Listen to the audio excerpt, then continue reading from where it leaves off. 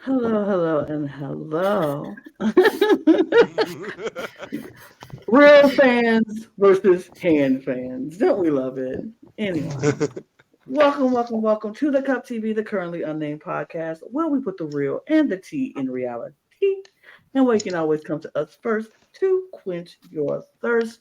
I am your girl, Lana, your resident evil diva, and I'm here to give the tea, spill the tea, and drink the tea because you know I love me some tea. And if you have some tea, you know what to do. Hit me up. I am currently just drinking water because hydration is important. Drink your water, guys. But if I was drinking anything else, I would be drinking it out of my cup mug. We would have panel full of half cup mugs. Half of us got one, but you know who don't have one? Lewis. Lewis still does not have a cup mug. That is not a surprise entrance though, because we already knew. We been knew Lewis wasn't gonna have no cup mug. But you don't be a Lewis. Be a Lana, a Brooke, and a West, and get you a cup mug at LanaGsCreations.etsy.com, where the link will be in the description below. And we do ship internationally, Lewis, and domestically in the U.S. Oh, we wow. do. Okay. We do. We've been doing that, but okay. But so there are no excuses. So there are no excuses. Period. Get your cup merch. Period. Well, I'm Lewis Thorpe. I say something gay. Gay. No. So no, Logan better not watch this back. Hi. I will be clipping this for him. Here to discuss a Royal Rumble pay-per-view that happened. Not that. Very Logan-esque. I love that for you. Brooke, I'm gonna let you go because we have to save. Yeah, we have to save the new gimmick for last. Hi everybody, it's Brooke rocking the Dynamite Diamond Ring as usual. And I'll be honest with you all. This was, in my opinion, more than a Rumble that happened. So I'm very happy with the result of this pay-per-view. And if you're not, cry about it. And my name is Wes Stradamus, and my predictions are better than yours, and you know it. And welcome to the Cup. The kill it. Jesus Christ. I can't. But you know what? We're here to talk about Royal Rumble. And what would a Royal Rumble be without a surprise entrant? So... Oh, you missed the countdown. The forbidden door has been opened. It's been open. We pulled back the curtains. Hello. I'm Amy at the Killer Queen on Twitter. I'm drinking water and minding my business. And this was a very good Women's Rumble and a very decent SmackDown. I'm ready to talk. Oh, wow. The surprise entrance without the countdown is giving me war flashbacks to last year. I'm not saying. I took it back to the 97 Royal Rumble where Razor Ramon came out with no music and no entrance and no countdown clock. So that's where my head was. Right. I was like, we don't need a clock. Who needs it? Right. But we are here, yes, talk about Royal Rumble 2024.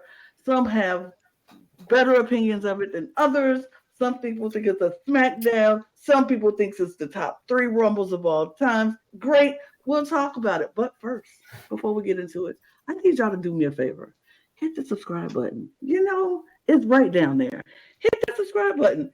Let us know that you're supporting us, and we appreciate all the support you're giving us because we're putting out content almost every single day about almost all things reality TV here, wrestling included, and we appreciate all the support. If you're a fan of drag, or drag race of any kind, we have a channel for you there at the Cup Pod.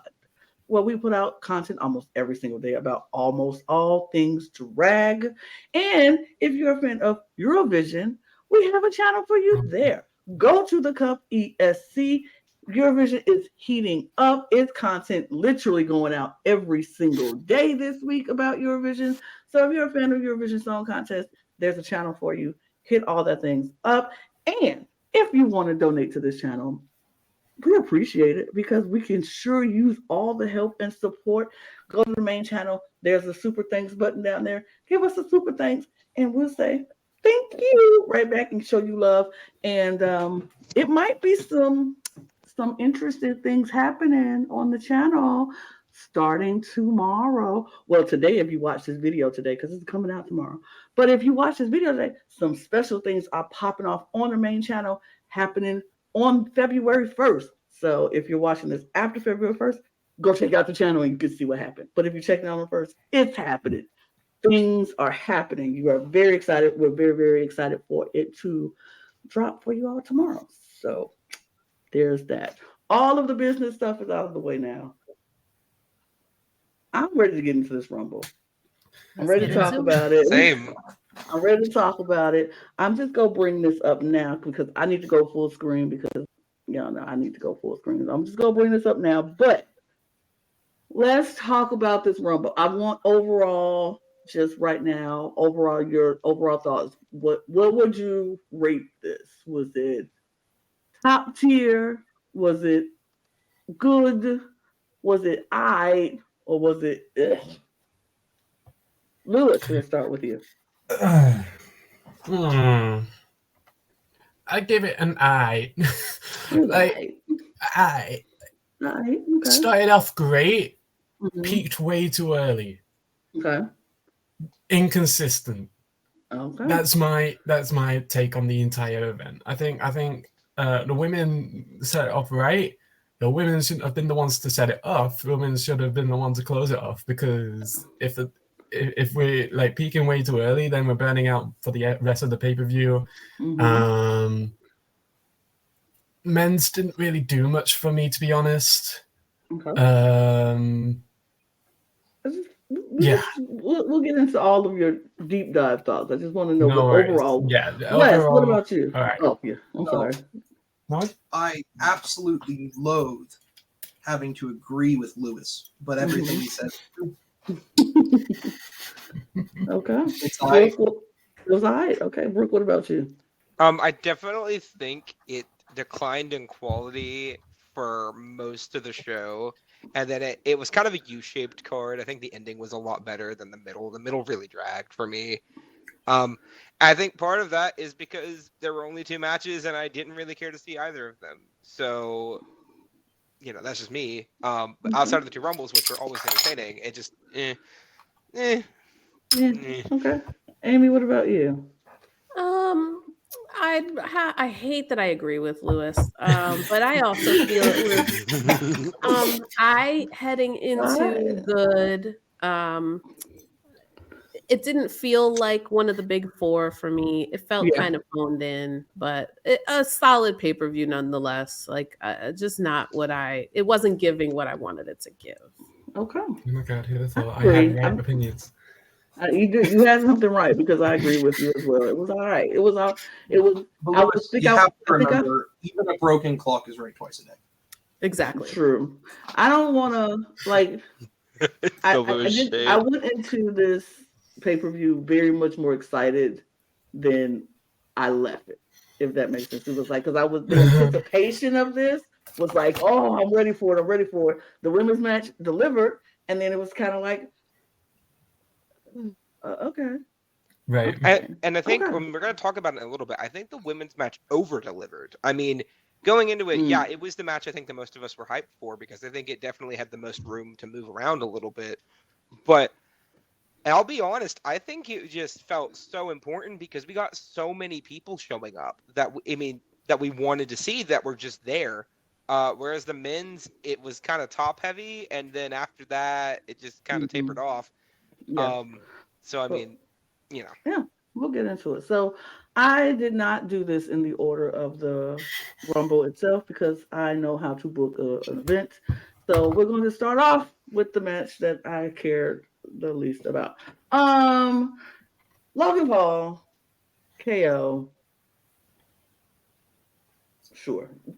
Talk about it, y'all. What did y'all think about this match?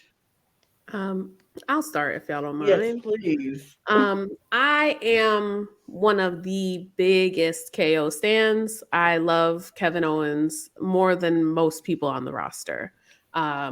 It is sick to me the way this man is booked. I genuinely wish they would give him a better opportunity to build some sort of stories that really matter. I feel like we went into this match kind of already knowing what the outcome was going to be, what their view of what's happening for WrestleMania was going to be. Once again, it just felt like it was phoned in, and it's just keeping the wheels moving towards whatever they were already planning. So I went into it kind of heavy-hearted, knowing that Kevin Owens was going to show out and get no reward for it. A little bit disheartening for me personally as a Kevin Owens fan, but it's all about the ratings for them and the news headline clips and whatnot, and Logan Paul is going to bring that. So I understand it. Do I like it? No. Brooke, what about you? Okay, so I'm of two minds on this. One, like I said, I did not want Logan Paul to win this match. We all said it in the predictions other than Lewis. We didn't want it. And I think the ending really soured me on the match because I think the match as a whole was pretty okay. I don't think it was anything special, and I feel like we'd probably forget about it in about 3 weeks afterwards. But the actual match was fine. The ending was awful. Terrible finish to this match. And allegedly, Kevin Owens was working on a broken foot. So if that was the case, which is what I've been hearing, and that he's going to be out for a little bit getting that fixed, what was the point? Because it didn't make Kevin look good. It made Kevin look stupid, I'll be honest. It made Logan look kind of dumb, too. I don't think either one of them came out of this looking better. And I think if that was the whole point of the match, it kind of failed. And I mean, I'll let somebody else talk about the actual finish and like the content they're in, but like it did not hit for me. And, you know, Logan's probably not showing up again until WrestleMania season, and that's irritating. Well, you see, I got in contact with my best friend, the Toph. And if you were not aware, he was at WrestleMania. He was at Royal Rumble. Don't correct me. I will correct you. I will correct you in every aspect of the way. It's the gimmick. Wait a Oh minute. my god. Are you talking to me like that? Who's doing You're not talking that? to me like that. And so I got in contact with the Toph, and he told me some backsider knowledge, which apparently they had to schedule some nap time for the older members of the audience. And they chose to make this match the scheduled nap time, which was for me too. I took a nice nap. Is that why I was sleepy? Okay. I felt refreshed after this match. I woke up and I saw nothing happen, and that's exactly what I expected. I will say, Wes and I watched it together, and he did indeed take a nap during this match. So as an older member of the audience, I appreciate it. Okay, now I'm very interested in see what Lewis thinks because Lewis was the only person on this panel defending Logan Paul and was like, he likes Logan Paul, so I want to know what you thought about this match, Lewis. I like him as a worker. He's a good worker. Now, I knew there was going to be some sort of fucking shenanigans to end this match because, of course, there was going to be. Don't like the way. I mean, it's a finish that we haven't seen in a while. Good. Because nobody wants to see that. That was so stupid. But like the way that they it played into it because like the ref was onto it because some sort of shenanigans happened last time, and he was like, okay, I'm not going to let shenanigans happen this time, but that actually fell back on Kevin Owens rather than Paul. I don't know. I liked that aspect of it. The match wasn't amazing. It was okay. Kevin shouldn't have been working on a broken foot, because that would just aggravate the broken foot even further. And if we want to see Kevin at WrestleMania, then the last thing you want to do is have him working in the lead up to WrestleMania. But I do want Logan to be on a more consistent schedule moving forward. I'm still stuck on you calling Logan Paul a good worker. Like, he's been trained for like what, a year at this point. Like, I wouldn't even consider him a worker. Like, he's a celebrity guest in my eyes, and like he's done well as a trained celebrity guest.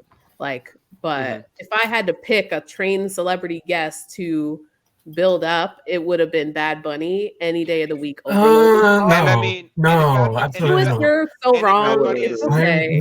Bad Bunny has like 5 moves in his repertoire. Like, I mean, but if he would have took a year to train like Logan Paul did, he probably would have had more moves in his repertoire. At least the 5 moves he didn't include shenanigans where your best friends got to come out every week to put in every time to put a brass knuckles on the thing. Like, it doesn't make any sense.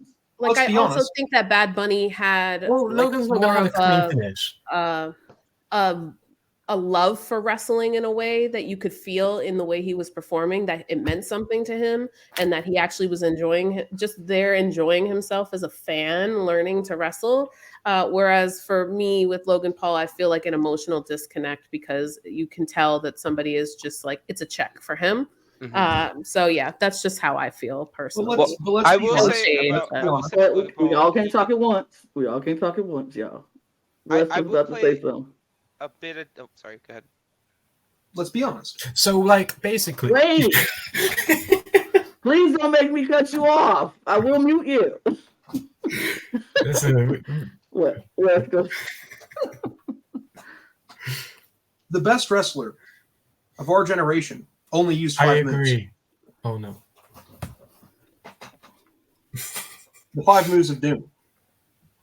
And so if 5 moves is all that John Cena needs, is there any wrestler who needs more than 5 moves?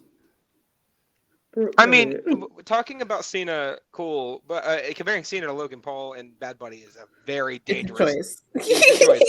I mean, they're all part-timers now. But my big thing with Logan Paul, right, and this is what I have said from day one, are his matches mostly entertaining?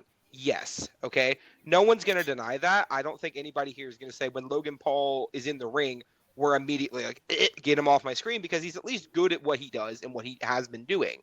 But because of the limited amount of times, he's been on the roster for almost 2 full years now, and he's had less than 10 matches, right? Because of that, we don't get to see him as a full performer a lot, performing beyond being a celebrity cameo. I agree with Amy on that front. But the thing is, I think it was yesterday, might have been Monday, but pretty recently, he just after the Rumble, he posted that he just renewed his contract with the Fed, and that he is thinking, he's like, if I'm going to keep doing this, I need to take it as more than just a hobby, which I can't tell if that was in character or serious, but if it was in character, that might mean we're going to see him a little bit more often. If that was serious, then good. Take it seriously. You should have been taking it seriously from the jump, because you've been champion for almost 3 months now, and you're actively devaluing a belt by not being here. It's the same thing as Roman not being here right now. The belt is getting devalued a little bit because he's not on TV. So, I mean, not to the same degree, obviously. Roman's different circumstances, but, you know, the belt is getting devalued too. They're both losing value. Especially when you compare it to the IC title, which just had a title defense on Monday. So, like, there are things that could be done to improve this, and I hope that involves getting the belt off Logan Paul or him being on TV more often. One of the two.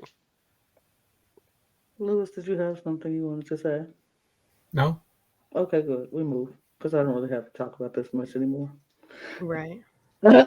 We move to the Universal World Heavyweight, whatever championship this is, and it's Roman Reigns, AJ Styles, Randy Orton, and LA Knight, with the winner being who we all knew it was going to be, Roman Reigns. I mean, as fine as he is, and I've loved looking at Roman Reigns any chance that I can get, and I will take it always. We've been new. We know he ain't giving up his belt before. Are we shocked? No. Is anyone shocked? Anybody? No, nobody. Not nobody. I'm not mad. I'm just disappointed. Let me put it that way. I'm not even disappointed anymore, because if we keep letting ourselves get disappointed every time Roman keeps his belt, then we just gonna be disappointed for a very long. I'm not disappointed anymore. I'm just like, when I would rather when he does lose it, I want to be like, oh, they finally did it, and be happy about it, than hoping every time, this is the time. Is this the time? Is this the time? Is this the time? Like, I don't want to do that. I'm disappointed that he didn't lose the belt, right? I don't think it was the right time for him to lose the belt either. What I'm disappointed in is this was a match that was perfectly made for him to have a clean win. Yep. Okay? This was made for him to, I don't want to say weather the storm, but, AJ Styles, LA Knight, and Randy Orton all have credibility. They can take each other out. Roman could slide in, hit a spear, and win, which is basically what ended up happening at the end, because he pins AJ Styles off a spear. But the thing is, we had to get another appearance of Solo Hoodie Sikoa, and I'm just so sick of it. Like, this was the right time. You could have let Roman just have a clean win and finally let us. It was unnecessary. I'm in the devil's advocate for my man Solo here, real quick. Go ahead, okay, because I genuinely think if Roman is going to continue to hold this belt for a long period of time, which I do think he's planning on breaking records, he's holding it. It's not going anywhere for quite some time. He's staying with this title. I don't think it hurts anything to have him be with such tremendous heat, also building up his family, building up newer members of the bloodline and helping them gain notoriety. Yes, it's annoying, but I think eventually it will lead to interesting things when Solo eventually gets tired of Roman and they start fighting against each other. I love Solo. I want to see more from him. I want to see him given more of a chance to build, like, on the mic. I want to hear more from him. I think that this is a start of new things for him. And yes, it's the same. Like I said, this was a SmackDown main event if there ever was one for me. But I also don't necessarily need them to recreate the wheel when Roman is here for a long-term race. It is not just a sprint to the finish line for him.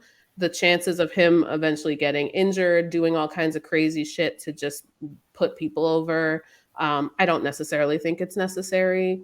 I'm fine with him just being dominant and doing what he does best, which is winning. And that's fine. I would rather that happen than have him get a torn tricep or some stupid shit because of the fact that he tries something crazy. He needs to make it to Mania. So for me, it was fine. Nice gowns, beautiful gowns. Oh, Solo nice gowns. And Solo has the best theme music out there, period. Just want to say that. But Wes? Well, I look at Solo and I think of Clark Kent with the glasses. And I feel like that the wrestling organization thinks that we are dumb enough to completely disbelieve that we know who this person is until the hoodie is revealed. And then for the 15th time, we're like, oh, Solo Sikoa. No way. When it's like, listen, since I was 7 years old, I've realized that when Superman puts the glasses back on, he's still Superman. I don't know how Lois falls for it. I don't know how Metropolis falls for it, but I'm not falling for it. And I'm not following for the Solo Sikoa Saves the Day act. And I actually have a different issue with it. My only issue is I actually think that you are relegating Solo Sikoa to a black hoodie. Just let him be Solo Sikoa. Let him actually have some really good marquee matches because his dad isn't around to do anything ever. Mm-hmm. And so I feel like Roman Reigns is kind of stifling Solo Sikoa's career by being a lackey for the last 2 years. He's far past the black hoodie. We've seen some very useless people in the WWE wear a black hoodie. And he can do much more than stage extra on number 5 of the faction. But past that, for the match is concerned, it was everything I expected it to be. Lewis, as we both know, the grass is green, the sky is blue, and Roman is still champ. Period. But like I said, I don't think this is anything wrong with Solo. Okay, I am not saying Solo being here is like a problem. I like having Solo on screen. He is fantastic to watch in the ring. His theme music hits every time. Like, Mans has a really cool package going on right now. It's kind of giving Umaga minus the savagery, and I'm here for it, right? Or like the racial savagery, I should say. But like, the big thing that I want is I want Roman, because this reign is starting to feel devaluing to what it should be, because when Roman was first champ, like that first year and a half, it felt like he could do everything, nothing wrong. He was going to run through everybody. Once or twice here and there, he was getting help, but other than that, he was pretty consistently just beating people. And then at Clash at the Castle, Solo debuting and joining the Bloodline that way, yes, it was infuriating in the moment because we all wanted McIntyre to win, most people wanted McIntyre to win.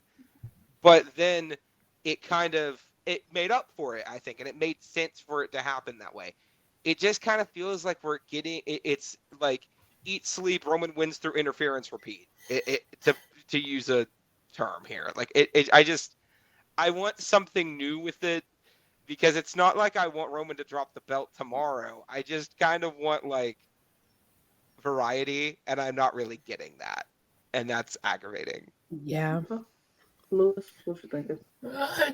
Like, I hate the same old Solo drags referee out of the match stick every single time. But what pees me off the most about this, it's a fatal 4-way. It's no DQ in essence anyway. So that was completely unnecessary. If you want to get Solo involved in the first place, there's no need to do the whole like, let's knock the referee out. You can knock the referee out and whatnot. I don't know, like you could have done something else with it because the rules allowed for it to happen. Right. I agree. I think that's more of a creative issue than it is a Solo or Roman issue. I think they have run the gamut of this storyline, and they don't know what to do next. They don't want to take the belt off Roman. He's a solid champion. He's a great face for the company. And so I understand it, but I also just think that they need new blood in the writing, because yes, I think Roman's reign, no pun intended, is suffering because of just a lack of new storylines. But it is a long-term race, a marathon, if you will. Right.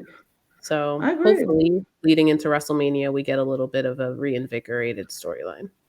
I agree. I think that it's just literally all it would have taken for this match, for all of that, for Solo's interference and all that stuff, since it was to make sense, since it was a no disqualification match, you could have did anything.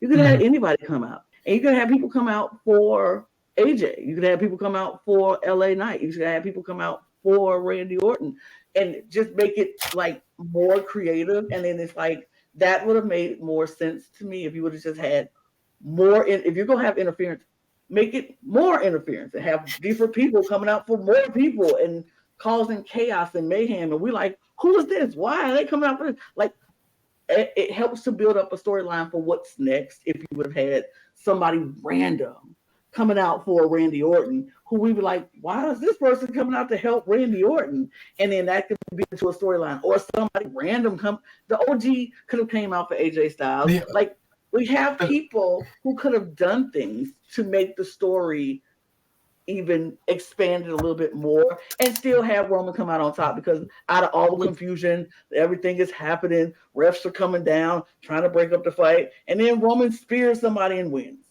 It still could have been just as entertaining if it was just more instead of just Solo. I feel like the OC would have been interesting, because there's that inner conflict that's going on in that group. Exactly. So if the OC came out, tried to help AJ Styles, and AJ Styles gets distracted because he doesn't want that help, and then all of a sudden Roman turns on AJ Styles, and that would have been an interesting finish. It could have just been more interesting. They could have did more, but whatever. Which proves Amy right about the saddening, crippling lack of creative diversity. They just don't know what to do. Yeah, they don't know what to do with it. After it's been 3 years. They don't want to. Yeah, they just don't want to make him look weak in some way where like he wins always cheating. They want him to look like a strong champion, but they don't know how to book it in a way that makes it consistently interesting. Right. But well, there we go. Roman Reigns wins. We will be saying that for a while. All right. Period. On to the men's Royal Rumble match. Some things have happened. Some things. I'm just gonna start off with this person. Yes. Making the It's Solo return. Sikoa. I can't believe it. Now this is the one I'm gonna take the credit for, because in our predictions video, or 2024 predictions video, I did say, "Oh, Andrade's gonna be here," and guess what? Andrade's here. So Look, first of all, let's not act like everybody didn't know Andrade was coming back. We all saw the same news you saw. We all saw. You ain't just bring that to our attention and was like, wait, what? Is anyone going to remember that Brooke went first? Right, and talked about everything first. I want to point out, you all had the opportunity to add the prediction of Andrade will return to WWE to your list, and none of you did. So just first, because nobody else was picking, Brooke. You already said it. Why would we repeat what you said? Nobody said it until after. Nobody said it in their messages. Okay, I have the Discord screenshot. I'm saying this. Okay, it does not matter in the long run who said it. It was me. But Andrade is here. We are happy he is here. Baby, we've been saying that. I've been saying your woman is here, Andrade. You need to be here, period. That's how I feel. Your woman is here. You need to be here. And we're glad he's here. You know, like the way it played out with Andrade dragging Ric Flair to AEW just so he could jump ship and ditch Ric Flair. I love that. Honestly, I hope he's booked better this time around. I think he left thinking the grass would be greener and he'd get better booking in AEW. Did it happen? Absolutely not. You miss your lady. It just makes more sense to be on the same roster and traveling together. We'll see. I don't necessarily think Andrade is really going to get the push that he's expecting.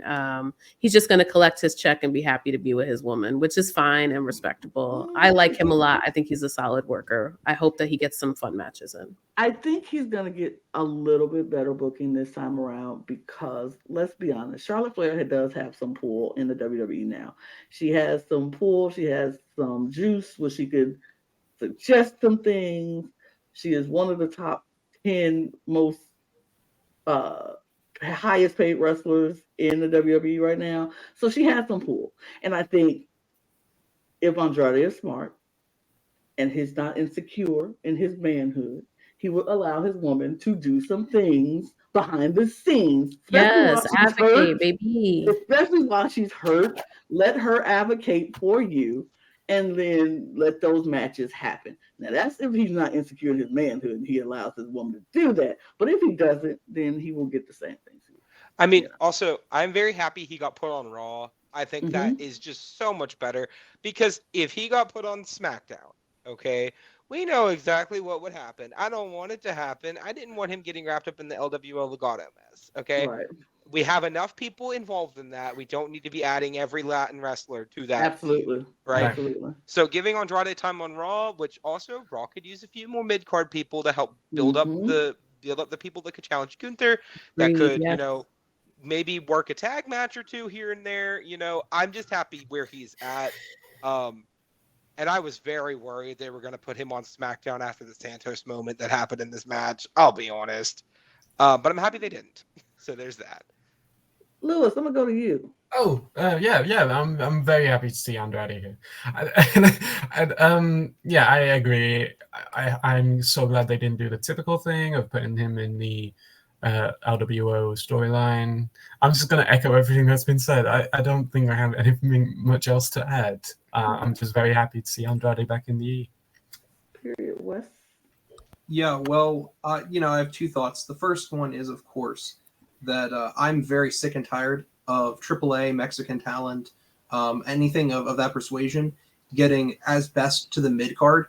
We're already seeing the Joshi scene finally being taken and respected here in the WWE. I would like to see Lucha Libre, unless your area code is 619, be respected to the same level. And I think Andrade could be a start to that. I think Santos Escobar is disrespected here. I think that Andrade was disrespected here and will continue to until something about that climate changes. Lucha wrestling is insanely physical and insanely creative, and so I'd like to see it be in the main event scene as much as big beefy beefcakes. We lost Vince McMahon. We can lose the disrespect to Lucha Libre wrestling. That's my first point. Oh my God, I cannot agree with you any further. I think that they think that from an outside perspective, I think they feel like they're less marketable, but honestly, I think that's the opposite. If you look at Rey Mysterio and his popularity, Mexican wrestling fans are such a huge market for WWE. There are so many Spanish-speaking households that watch WWE every single week. They are probably the most consistent viewership, and they get disrespected a lot of the time and treated like an afterthought. And I genuinely agree with you. I really do hope that they allow them to have a little bit more of a forefront in the booking moving forward. I think Andrade could definitely bring a lot to the main event scene. Well, Westradana's face. I'm shocked. And to my second point, thank you for noticing, Lewis. To my second point, to Lana and Amy and you all said, which is you're totally right that he is married to a very special lady with a lot of power, and I can say that talent is not sexually transmitted, but behind the scene power card, it certainly is. If we've learned anything from Stephanie McMahon and Triple H, so if we could maybe see some replication to that action, wake it up. Wake it up. Period. Wake it up, Wes, because I'm telling you, you would be surprised what a woman in love can do behind the scenes for their man if their man will just allow. How y'all think a lot of households run when the woman is a stay-at-home wife? That's who runs the house. You might go out and make the money, but the house ain't together if she ain't there doing it. She take care of the house, she take care of the kids, she take care of the finances, she makes sure all the bills are paid on time. You bring her the check, she makes sure everything go out the way it's supposed to. You might have the money, but that means nothing if you got no honey. Period. Oh, can I mention one last thing about Andrade before we move on? This outfit is hideous. Period. I don't know what he thought was happening here with this gear, but if you're coming back to a return, why are you covering your face so that people cannot see that it's you? I think he would have gotten a much better crowd reaction if people could have seen his face. The tailoring on this was absolutely horrendous. Who let you walk out the house like this? Charlotte, why did you let this man walk out the house she like know this? better than that. The way her ring will be fitting and working, she should be. Wow, yeah. that is harassment to the Yellow Ranger from Power Rangers. No, it's just built like, why are you wearing a trash bag, my man? Like you have such an amazing body, and like your regular gear underneath looked very good. So I don't understand this. It was a moment for me that I was just puzzled. I was like, that's a choice, but good for you. Maybe beautiful gowns. Maybe. No, we ain't gonna say yes. Maybe we'll say maybe, Brooke. I'm bringing the Brooke's messaging the chat for the people who can't see the chat on the screen. I'm not gonna say yes. I'll say maybe. But we move because we had some more people to show up. Oh, let's start off because before I jump into this, 1 and 2 in the men's match. This is why everybody was so excited about the first half of this Rumble because it started off very strong. Number 1 and number 2 was Jey Uso versus Jimmy Uso. And I was like, this is the way you start the Rumble. This is what we wanted to see in the first place. And let's give us some build up to what we want to see at Mania because this is what we want to see at Mania. Period. They heavily implied it because they did that like the tombola, whatever you call it, with Jimmy and Jimmy's reaction. I was like, okay, Jimmy's definitely starting this Rumble one way or the other, 1 or 2. I mean, it was just so good, and I was like, this is how we start a Rumble. This is what I wanted to see. But then I was kind of like, I want y'all to actually fight and stop giving us the long stare down. I want y'all to hit each other. Do that first. But I get the stare down moments because you need that because build up. But I think they took too long because by the time they started fighting, we was doing the countdown again. and I was like, all right, sure. Right. A great start, though. Great start, though. Definitely a great build up, I think, to something bigger coming. It definitely felt like it was implied that they were both dreading having to see each other 1 and 2 in the match. But I was hype. As soon as I saw it was the two of them, I was like, let's go, baby. Let's go. Like, show us what you got. And then I was like, oh, okay. Y'all just gonna stand around and like just chill for a little bit. Okay. I understand the emotional confliction of not wanting to attack your brother, but y'all have beef. You know, you have residual issues with each other. I'm sure he stole your bottle as a baby. Like, let's go. Right, something like he didn't took something from you. See, my biggest problem with the whole thing wasn't even that they started, because when they started, I was like, oh yeah, I was really into it. They interacted hardly at all for the rest of the match. Yep. And not even, the worst part about it was one of them didn't even eliminate the other one, right? No, if Jay would have eliminated Jimmy or vice versa, I would have been thrilled. I think that would have just hit so would have hard. ate it up. Mm-hmm. I also think they should have swapped when they got eliminated, because I think Jay getting eliminated earlier by Jimmy, right, would hit like a ton of bricks. We would have been feeling that. We would have been mad. But at the same time, we would have wanted to see it at Mania, right? Oh, yeah. Because we pretty much figure that's where this is headed, right? Like, we're on the same page on that. I fully agree. Yeah. I agree. So I wish they would have interacted more. I do say, I'm just asking. I just figured we were all on the same page on that, because I know you agree with me on that. But I just wish it was a little bit more between the two of them. I also think the opening was great, though, with them both wearing the respective yeet or no yeet t-shirts. I was here for that. I love that. Our friend Harper, who is a very casual wrestling fan, right, said, and I quote, "Is this match literally going to be a fight between the yeets and the no yeets when Grayson Waller comes out and like fist bumps Jimmy Uso and does the no yeet mess?" It was a very fun time. I had a very entertaining experience with that. Well, we also get the return of Omos. Homo sapiens rise up. I will say, and I almost cared. I actually did care, but I will say this though. This isn't the gear he wore for WrestleMania or for Royal Rumble, because I couldn't find it online anywhere. But I thought his gear was kind of amazing. I love the white and the gold and the white pants for Omos. I was like, because white on black skin is always go be and he ate that look up. That is how you make your return. That's what you look like. The Omos sign in gold. It was. I was happy to see him back. I wasn't expecting, like, he wasn't one of the people who I was like, oh, Omos will be back and make a return. But when he came out, I was like, okay, I ain't mad at it. We need more big dudes in the match so somebody can take them out. That'd be great. Yeah. I was happy to see Omos come back.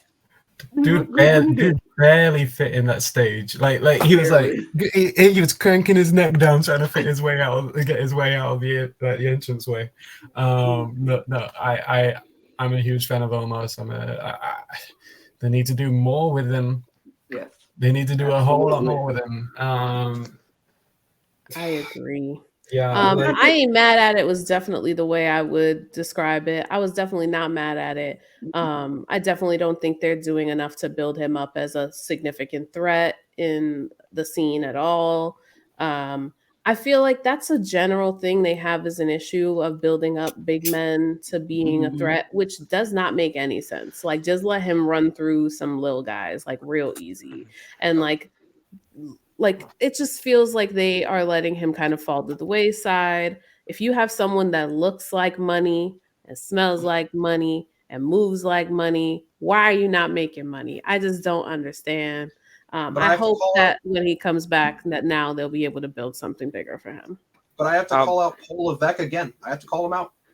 And here's the call out. Do they have a problem building big men or black men? Per. Wake it up. Wake it up.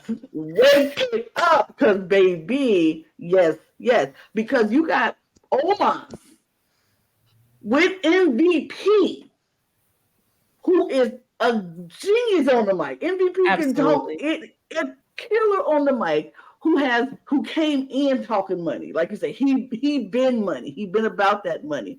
And everybody who he associates with is about that money. Yes. So why are we not right? So why are we not letting Omos be about that money? And he is 7 feet tall, y'all. It ain't no hard issue for him to run over some folks and smash people left and right. He should be smashing, squashing people like Brock Lesnar did. He could be squashing people like Goldberg did. He could be doing that, and we won't allow him to.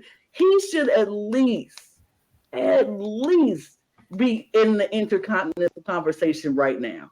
But we don't build him up enough to put him there. Ooh. Right now, if they put him in the Intercontinental conversation, everybody be like, wow, Omos, he ain't did nothing. Yeah, he didn't because they ain't booked him to do nothing. But he should be. Because if they would have started by, from when he first got in the WWE till now, absolutely he could have been Intercontinental champion right now. But it's crazy to me to think that like the most popular big man they've built up in years was the Great Khali, who has zero charisma, zero move set, like zero like moves like a robot. And then you have someone like Omos who has handed to you on a silver platter talent and charisma, and also a mouthpiece with him that literally is selling him for you. The math is not mathing. Like, let's make something happen here. Because why? Why? I mean, what they've been saying they were planning on doing with him was that they were going to make him basically a special attraction. But to me, I don't get why you feel the need to do that. I mean, like, I understand that, cool, Omos is somebody that, not the best worker in the ring. We all are aware of that. But, like, he doesn't need to be taking, Hurricane Rana spots and like constantly doing flip bumps and popping out 450s off the top rope. No one expects that from him. What we want is big man throwing people around. And he's good at that. Like his match with Lesnar at Mania last year was not bad. And I feel like if they let him work like that consistently and showing off his power all the time and not making him do things that are out of his comfort zone, he could be a really cool addition to some area of the roster. He doesn't even have to go after titles. He could just kind of be a lingering threat in the background. And I think that would be really cool. But literally, this is his first match since SummerSlam. And SummerSlam was his first match since Mania. So that's an issue. I thought we were past the Barnum and Bailey's bullshit of attractions. Yep. See, I don't mind them having, but like you're treating a guy who is, for all intents and purposes, in the prime of his career, right, as a part-timer, when there's no reason to do that, when he could be on TV every week.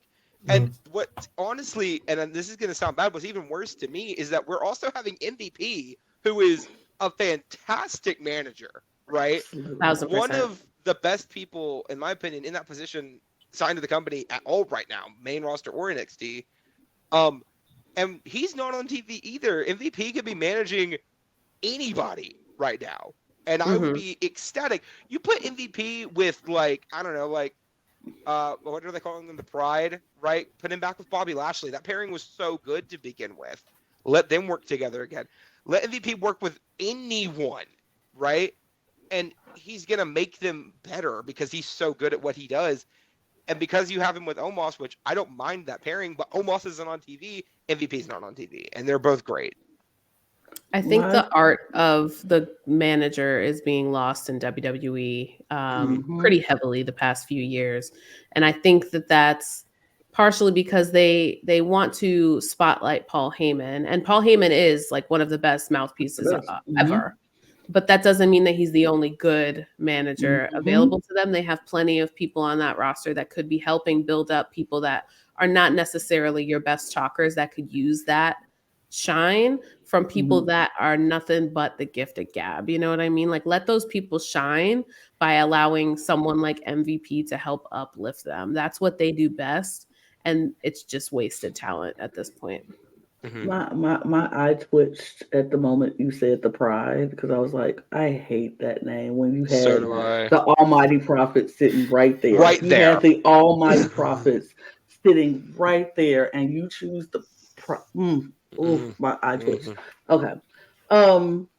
Let's talk about who else. Oh, we're gonna talk about who else made their return, and then we'll talk about the match in general. Because number 30, the most. I love Sami Zayn. I felt really bad for him. I felt bad for him because he did not need to be 30, and everybody was expecting people or wanting someone else, and then you say number 30, and we hear Sami Zayn's music. I was like, oh. Not that I hate Sami Zayn, because I'm glad he's back. I'm glad his injury is, he was cleared. Love Sami Zayn, but I would have loved to see Sami Zayn at like 26, 25, 27. Yeah. Just let CM Punk be number 30. Why Literally. not? Why not? Why not? It would be expected at that point. Right. It's just it definitely felt like that was a running theme in this Rumble. I think was they were very top heavy with their numbers and letting people all come out, and it's like, okay, well, it left you anticipating bigger things to come, and that was not the case. And I think that they really let the fans down in that way, and it left people kind of wanting more. If you have big names coming back, you should definitely be bottom loading the numbers, you know what I mean? Like, let your Sami Zayn is a significantly stable worker. Like, he comes in at a 15 or an 18 and works that match at that point, and you get the opportunity to see him do what he does best. It's a great spot for him to come in. Him coming in at 30, it's like, what is he supposed to do? What is he doing at 30? He doesn't even have the opportunity to get warmed up enough to do anything interesting for me. Very happy he's back. I love Sami Zayn. I really, really hope big things are coming for him, but definitely was setting him up for failure there. Well, I mean, also, he's only been off TV for like 2 months max. Right. Yeah. Right? When you have people like Omos, for example, he's been off TV since SummerSlam. I mean, granted, he probably wasn't a better choice either, right? No. But you could have put Punk at the end. You could have put McIntyre at the end. Just swap McIntyre and Zayn. Like, there were definitely better choices for that 30 slot than what they gave us. I love Sammy though. They put him at the wrong number. Yeah, Right. I think if it's not Punk, it shouldn't have been anyone. It should have definitely been Punk. And we already talked about another name that I think would have been a perfect switch. Why, in God's green earth, is Andrade not 30? Andrade has worked for the company before. We know he's good. We know he's the reliable. I wouldn't have put him 30 either, though. I wouldn't have put him 30. He comes from AEW. Andrade hits 30. Maybe he's not wearing a tacky yellow Pac-Man suit. and he comes out to the ring, and I think people might go, wait, what? And then he might do something. The issue is, though, is when you bring him out number 4 and he's eliminated like number 8, doesn't give a whole lot of time for Andrade to do anything. And then you have Sami Zayn come out number 30, and he can't be around very long because he's not in the main title picture. And it makes both of them feel extremely undervalued. So if you're going to give someone not much time, at least let them have a big bang. And Wes and I were talking about it during the show because when we got to 29, we knew McIntyre hadn't came out yet, right? So we're like, okay, one of them is going to be McIntyre, and we're like, okay, they're saving 30 because they let Punk come out early, comparatively. Who do we think it's going to be? We were saying like Okada's going to be here or like somebody like that, because to me, if you're not putting one of the big names that people think is going to win or a huge shock return at 30, what's the point, right? Agreed. It is the end. Why are we not letting it be the climax of the Rumble? That's what it should be. And it was just kind of like, Sammy, yay, we like Sammy. It was very much giving like Rey Mysterio 2014 Royal Rumble. Yeah. As much as I love Rey, it just did not hit. I thought it was. How you boo Rey Mysterio? I thought it was gonna be like MJF or something, because I'm like, everybody was saying that he might come back and he might be there, and I'm like, okay, let it be him then. That at least that'll be a surprise, a 30 that people were like excited to see, because everybody wanted him to be there, and then he's not there, and then 30 is Sammy, and I'm like, oh, okay. Yeah. But this is what we're talking about. This Rumble just started out good, and then it just petered off a little bit, and it was kind of like, I like Brooks' analogy. It was a U, because it was like it started out good, dipped down low, and then it kind of ended how everybody wanted it, or knew it would end. So it was interesting, but I don't know. Went from Royal Rumble to Royal Fumble real quickly. Absolutely. Absolutely. So go ahead. It just quick. No, before we talk about the actual like winner and the ending of this, I just also want to mention we had Samantha Irvin doing introductions all night. The queen, I was the greatest to ever do it. I don't care. I will say it. Amy, I know you're new at this. Every episode of this show, we find a way to mention Samantha Irvin because we love her here. So Samantha Irvin is the best ring announcer in the history of the WWE. Thank you very much. Yes, absolutely. You will not find any argument here. Every time I see that she's there, she adds value. Yes. That they don't even realize she's adding. Yep. She makes every announcement feel important. Yep. She is the moment.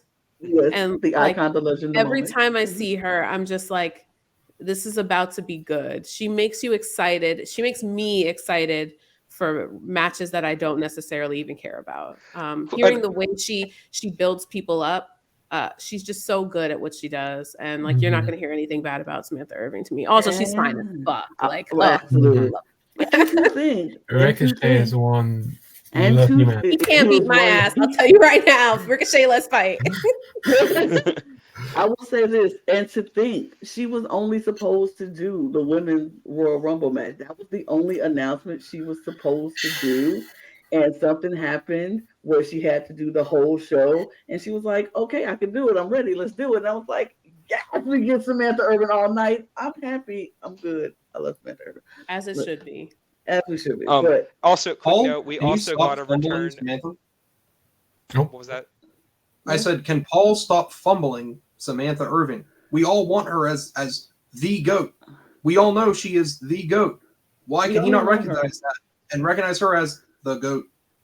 Is Westradamus' gimmick that he just talks robot-y the entire time? Absolutely. I don't know if that's what it is. And look, Westradamus' gimmick is he talks robot-y and just randomly breaks out and talks over everybody. We get it. Love it. Yeah, Lewis is actually slightly different. I do talk over everyone because my opinions matter the most. That's correct as well. But the other thing is the thing that you forget is also being correct. That's the other part of it. Right. On top of that, though, I also want to point out on Raw on Monday, we got the return of Chelsea Green. Chelsea Green. I just love it. And not only Pat McAfee made like Michael Cole do it. I was like, lovely. Pat McAfee also returned on SmackDown. He's going to be returning as commentator on Raw. On Raw, which yay. Michael Cole and Pat McAfee, one of my favorite commentary duos of all time. Boo. So. I can do without Pat McAfee. I'm just gonna No, that man does not need a platform. Outside of his WWE stuff, he is problematic as hell in general. And I just don't like him as a person. That's just my general feeling. And I understand you have to have a bit of a heel on the commentary team as well. And they fit a space. He's not even that good at it. I don't think he's not good at it. And it's honest literally here. just because he's a name that is recognizable that they allow him to do that. But I just, it says it doesn't do it for me. It's never done it for me. Every time he's on the mic, I'm just like, can you please shut the fuck up? Like, I can't listen to him. He just makes me like irritated. Pat McAfee is like a fan, but like an annoying drunk fan at a wrestling event. And it's kind of like after a while, it's funny for the first few minutes. You're like, he's lucky, he's stupid. That's so funny. But then 2 hours in, and you like, could you please just sit up? Could you just shut up? Yes. So that's how I feel about Pat McAfee. Like, he's funny for a moment. I can only take him in bursts. And now they put him on Carmella's man too. What's his name? I don't. Corey Graves. Yeah, he gonna be on SmackDown. He don't do it for me either. I don't know. Do it for me either, but he gonna be on SmackDown. He's gonna be. He's doing the play-by-play. He's doing a cold job on SmackDown. He's getting the play-by-play. He's getting the play-by-play. I don't like it. It's gonna be him and Wade Barrett, and I'm like, I don't know if I like that. But I love Wade Barrett. Wade Barrett is a great pick, but on the topic bye. On the topic of McAfee, what the fuck was that? Like, we all knew the stupid moment, and he was the Hurricane. He was Right, the but like, hurricane moment. the hurricane has good fucking hurricane moments. That was a shit Okay. hurricane moment. And Not nobody for said it was nothing, gonna be good. We just said he having would Pat be good. McAfee like take that spot when there are legitimate wrestlers on the roster that have never been in the Rumble that deserve the chance. Cedric Alexander has never been in a Royal Rumble. Right. Why? Well, Has Like he Cedric actually Alexander not? is so No, incredibly never. talented, has never been in a Royal Rumble. Never. This was in his hometown. There's Yep. literally no reason that he should not have been in this Rumble. It is just a travesty. He's robbed at every turn, and I just am so over it at this point. Like Trick that man Williams could have been there. Trick Williams could have been in Trick there. would be nice. Trick could have been in there. You could have had more NXT representation in there. I don't know why they didn't put Trick in there. I'm like, There's rumor that Pat had no idea that was happening to him. He said he didn't know. He said he didn't know. Well, and the crazy thing too, on top of that, is that Braun Breaker wasn't even supposed to be in the match. No, he wasn't. No, he got added last minute after the Brock Lesnar thing happened, which we don't know. What's crazy though? What's crazy is Dom was initially meant to eliminate Brock. Dominic was, he was going to get the Maven treatment. Iconic, if you ask me. I love you some Dom. I like Dom. If you had asked me who I wanted to win the Rumble, that was my sleeper pick of who I wanted to win the Rumble. I don't care if it is a far-fetched idea. I love me some He'll Dominic. win one. I think he's built in his up career. a name this year. He'll win one. And also, right before we talk about the road school, real quick shout out to Braun Breaker, because it might have been a spur of the moment, but he nailed it. Yes, and I think that he's going to look back in 20 years at the end of his career, and he's going to go, this was the moment that fate afforded me to take over the wrestling world. There you go. What's your guys' prediction? But stop with the fake 10. Oh, and also on top of that, there is a rumor going around right now that the backstage people were very impressed with his Rumble performance, as they should be. They should be.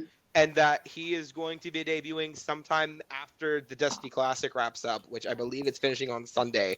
So keep your eyes open for him. He is in the finals of that match with Baron Corbin against Trick and Mello. So keep your eyes open for that. But that'll be interesting. This final four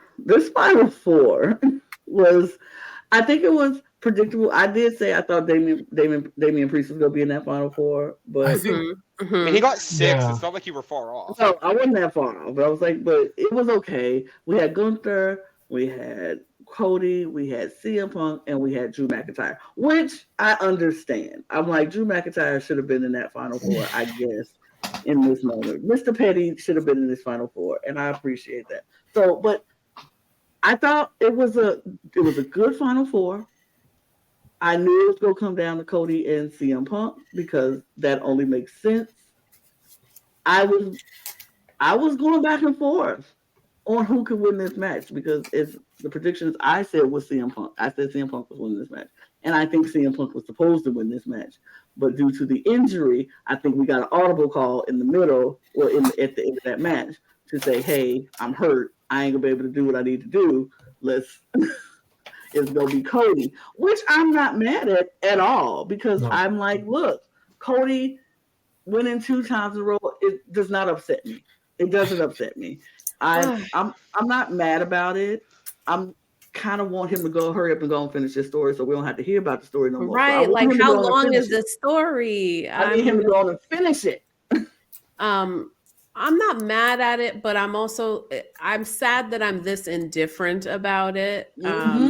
He's not giving what they want him to be giving for me. The personality is not there for me.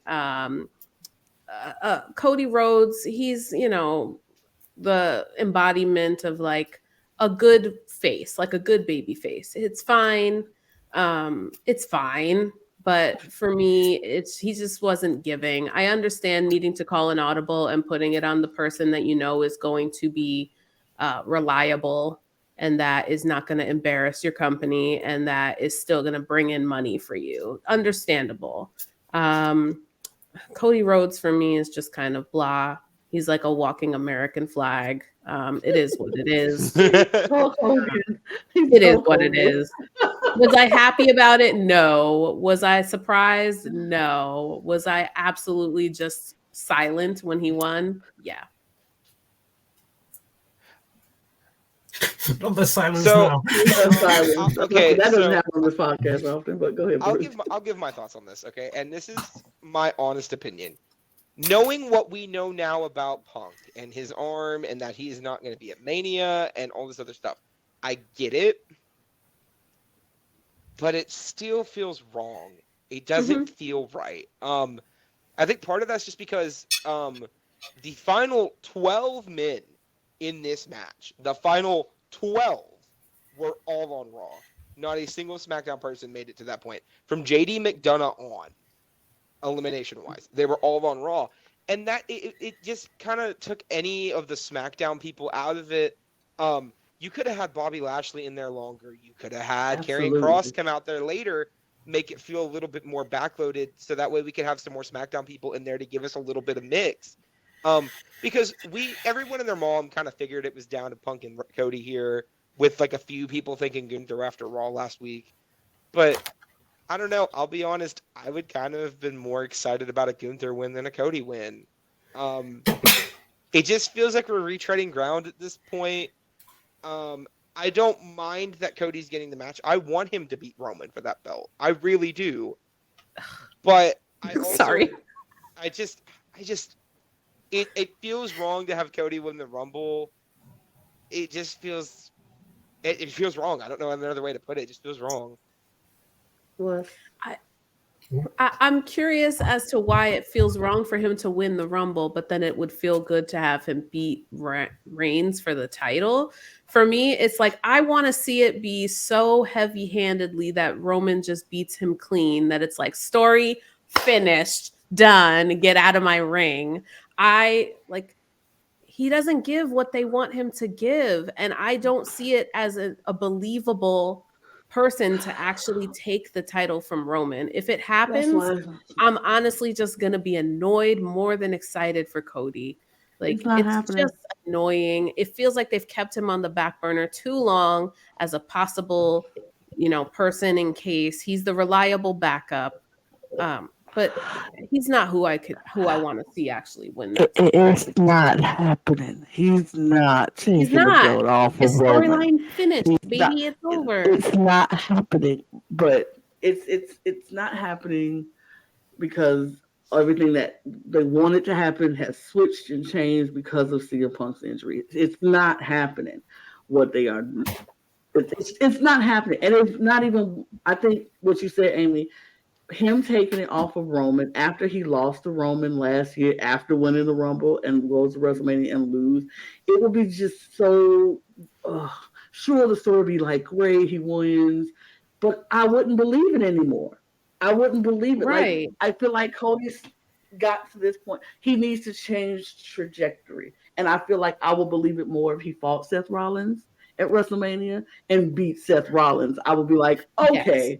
I believe that story more, and he still gets to finish his story. He still gets to be the champion. He can go work on Raw, be that working champion that we know he's going to be. Him beating Roman at this point just isn't believable. No, he's been treading water for too long. I love Cody, but they did him dirty when they let him lose last year at Mania. If they wanted me to believe it so much, it would have been last year. I wouldn't believe it this year. It should have been last year. I didn't believe it then either. Sorry, Roman upset everyone. I would have believed it more last year because it would have felt more like he's more determined. Like, I'm determined. I'm coming back to finish my story. I'm doing this. Bam! I take out Roman Reigns. I'd be like, okay, Cody, I see you. But the way they made it happen, where he loses and then he goes on this run with Brock Lesnar for that back and forth nonsense, and then he's the tag champions for a minute, and then he's just I feel like they letting him flounder, but you still want him to be the face of the company. And I'm like, that doesn't make any sense. How do you let the person who you want to be the face of the company not be believable? I don't believe that he's going to actually finish the story against Roman. I believe him now. I'm like, okay, because Seth Rollins will do this to you. Seth Rollins has done this to several people. He will get under their skin. He will make you hate him. He is the perfect person to go with after Cody and just pick at him and pick at him and pick at him until we see this whole new side of Cody Rhodes to emerge out of nowhere. And I'm like, oh, okay, now the nightmare has started. The American nightmare is here now. He ain't out there kissing babies. He ain't out there hugging all the fans to midnight. He is the American nightmare I want to see. I want to see a nightmare. And I don't think Roman cares enough to do that to him. But Seth Rollins is just petty enough to do it.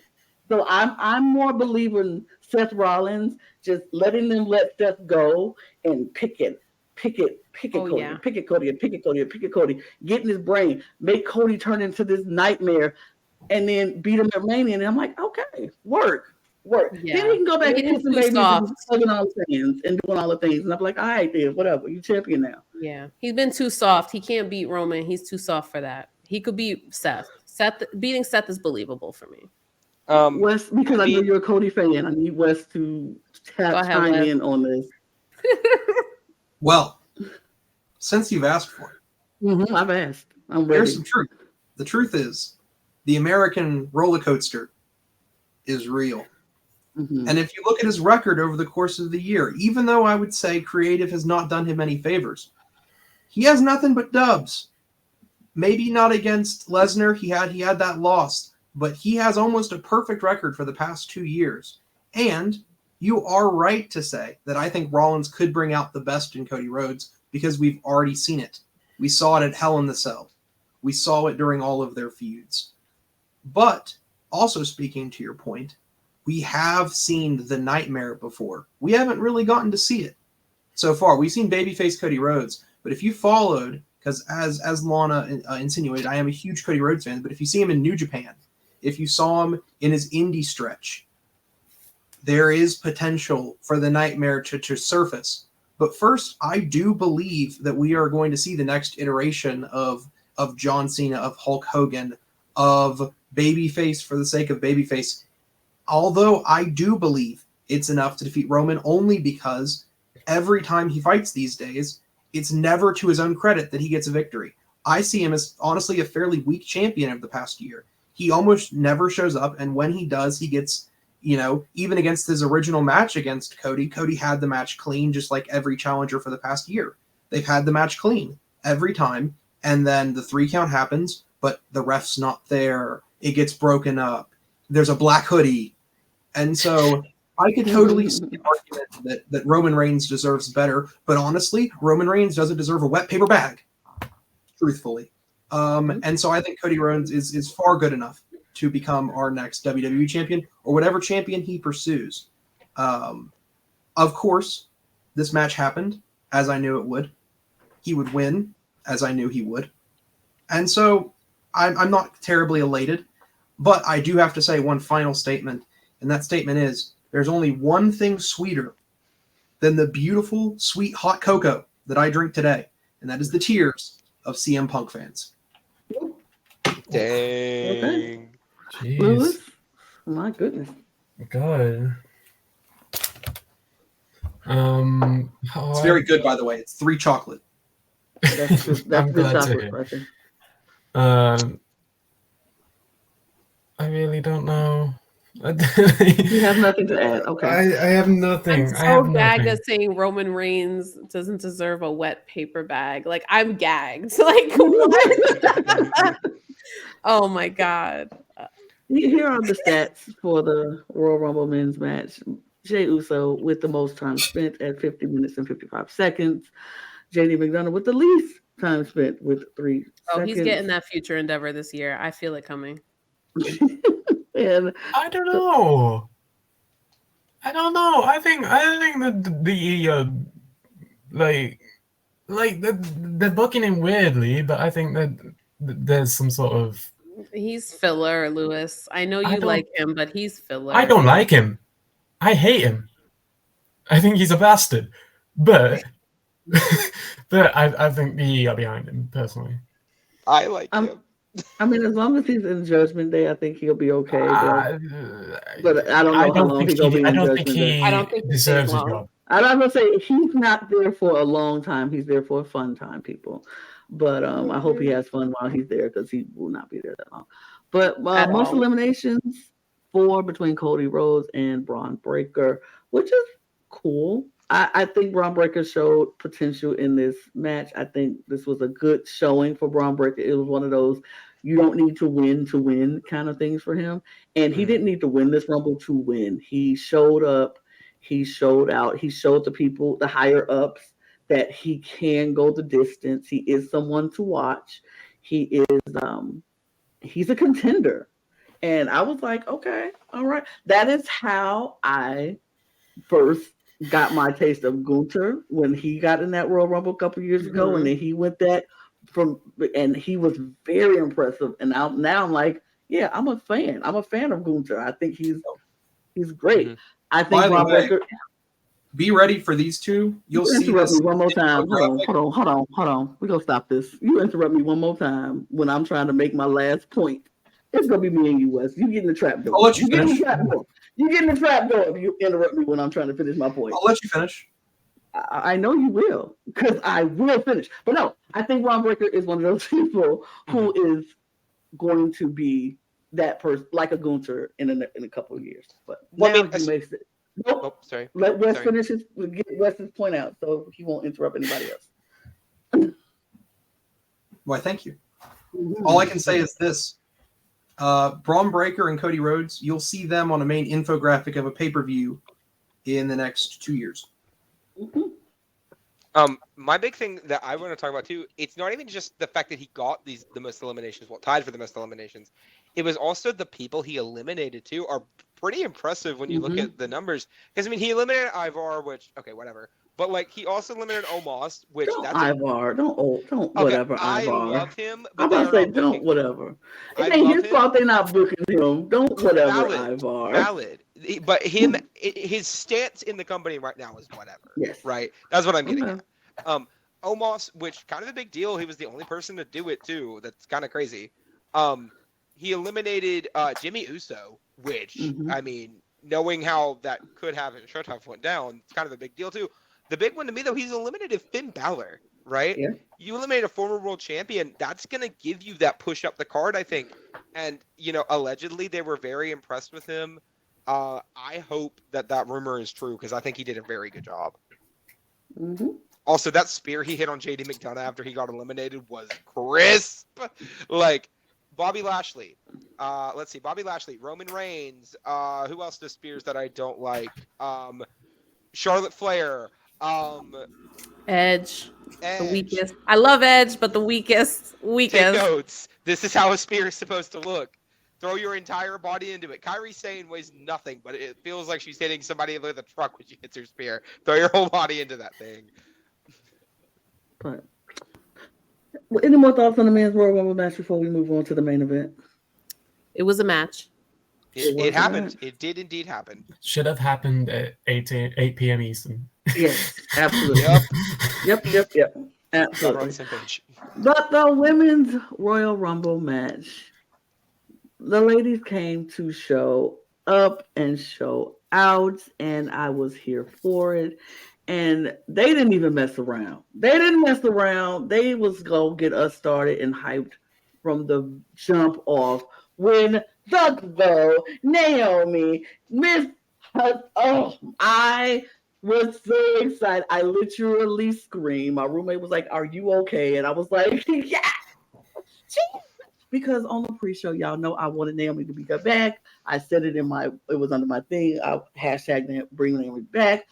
Now Naomi is back, and I'm so excited.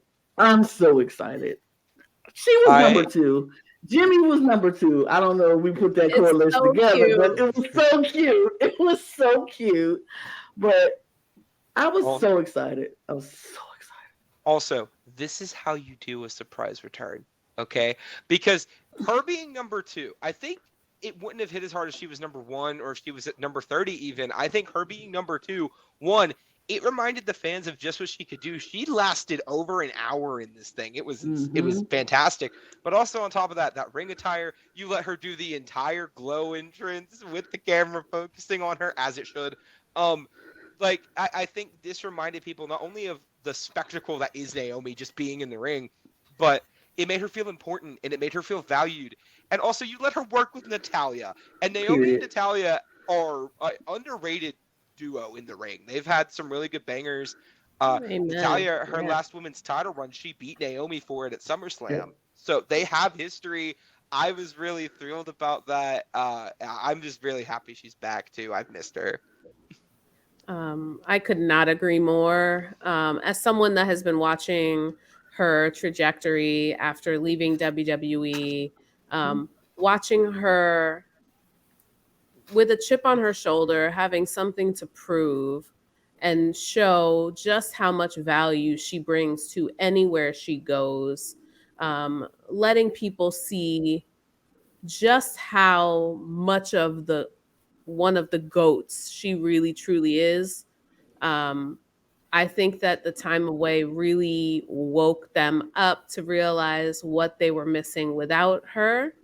And you can see in her the joy to be back home, but also to be back home and be reset in a way where they actually are going to value her. Fingers crossed. But I really, truly believe that after seeing everything that she can do in the past year and how she's added value everywhere she's gone, that they will book her correctly, that she's going to be pushed to the moon, as she fucking should be. She looked like money. She's going to make them money. She's about to win some gold. And I'm very excited about everything to come for Naomi. Like, she ate. She just ate. And left no crumbs. None. Devoured. Wes, Lewis, one of y'all? Happy she's here. Like, I'm glad she got her. I mean, I'm glad she got booked in the way that they were. I don't know if they intended to have her stay in the Rumble longer than Bayley or what Bayley stayed long. I don't know what happened there. They both set a record, one after the other. I'm trying to think back to the Rumble because it's like a few days ago now. Was there any like moments that stood out in the Rumble where I was like, okay, Naomi, this is the next move for Naomi? Because I can't remember if there was something that happened in that sense. I mean, there was something that stood out to me, but we haven't got to her yet. So when we get there, we'll talk about it. I'll wait till we get to that point because I have a lot to say. Me too. I think I know who you're referring to, but I have another idea. But we'll talk about it. But in general, it was just nice to see. Oh, I'm sorry, Wes. Did you want to say something? Oh, no, it's fine. Go ahead. I was just happy to see her back, to see the tears on her face, to get the much deserved flowers, that to see the way that her and Sasha left was heartbreaking, to have them feel like they were not worth what they were. I'm just very glad for her to come back and to see how much her presence is appreciated and how much the weight of her not being there was felt. I think the crowd gave her the exact reaction of a superstar that she deserves. And I can't wait to see what's next. I know big things are coming. I want to see Naomi versus literally everybody and their mama, because whoever she fights against is about to look like money. Yeah, and I couldn't agree more with that final statement, which is, I think Naomi produces talent, and I think it's just because of how incredibly talented Naomi is. I was thrilled to see Naomi come out because no one could carry that old sap sipper quite like Naomi. To say that I was disappointed to see a Canadian begin the Royal Rumble was You're so stupid. But when I saw that Naomi could carry this Rumble, I was more than elated. Very happy. Oh my god! Now you acting like Natalya needs to be carried. Let's not. And so that's all I'm saying. I mean, I'm not here for Natalya slander on the timeline right now. Absolutely not. Well, see, and here's the thing, because we didn't have to wait long, because number 3 was Bayley who came out, so it wasn't like Naomi was carrying Natalya for too long. Bless. Anyway, I love that. We got Bailey coming out at number 3. That was cute. That was cute. shocking. That That was was shocking. You I want wanted to talk to- about shocking? Oh, no. Bailey coming out at number 3 was not shocking. What was shocking was who came out at number 5. Because, Oh yeah. I mean, my God. I was gagged. When the sirens hit, I'm like, oh, who is this? Did they change somebody's theme and I've just not been paying attention? And then I looked at the apron and I'm like, no effing way. It's not Jordan Grace. And then in front of me is Big Mama Pump herself, Jordan Grace, with the TNA Knockouts title around her I was waist. screaming. I lost my mind. Wes was there too. Wes also lost his mind.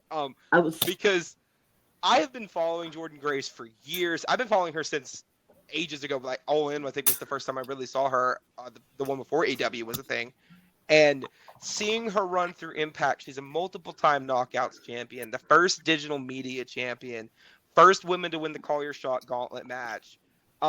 She has been such an important part of Impact and now TNA's history.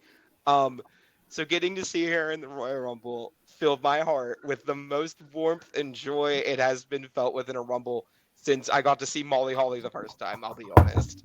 I was so impressed and so excited. First of all, I was happy to see her there.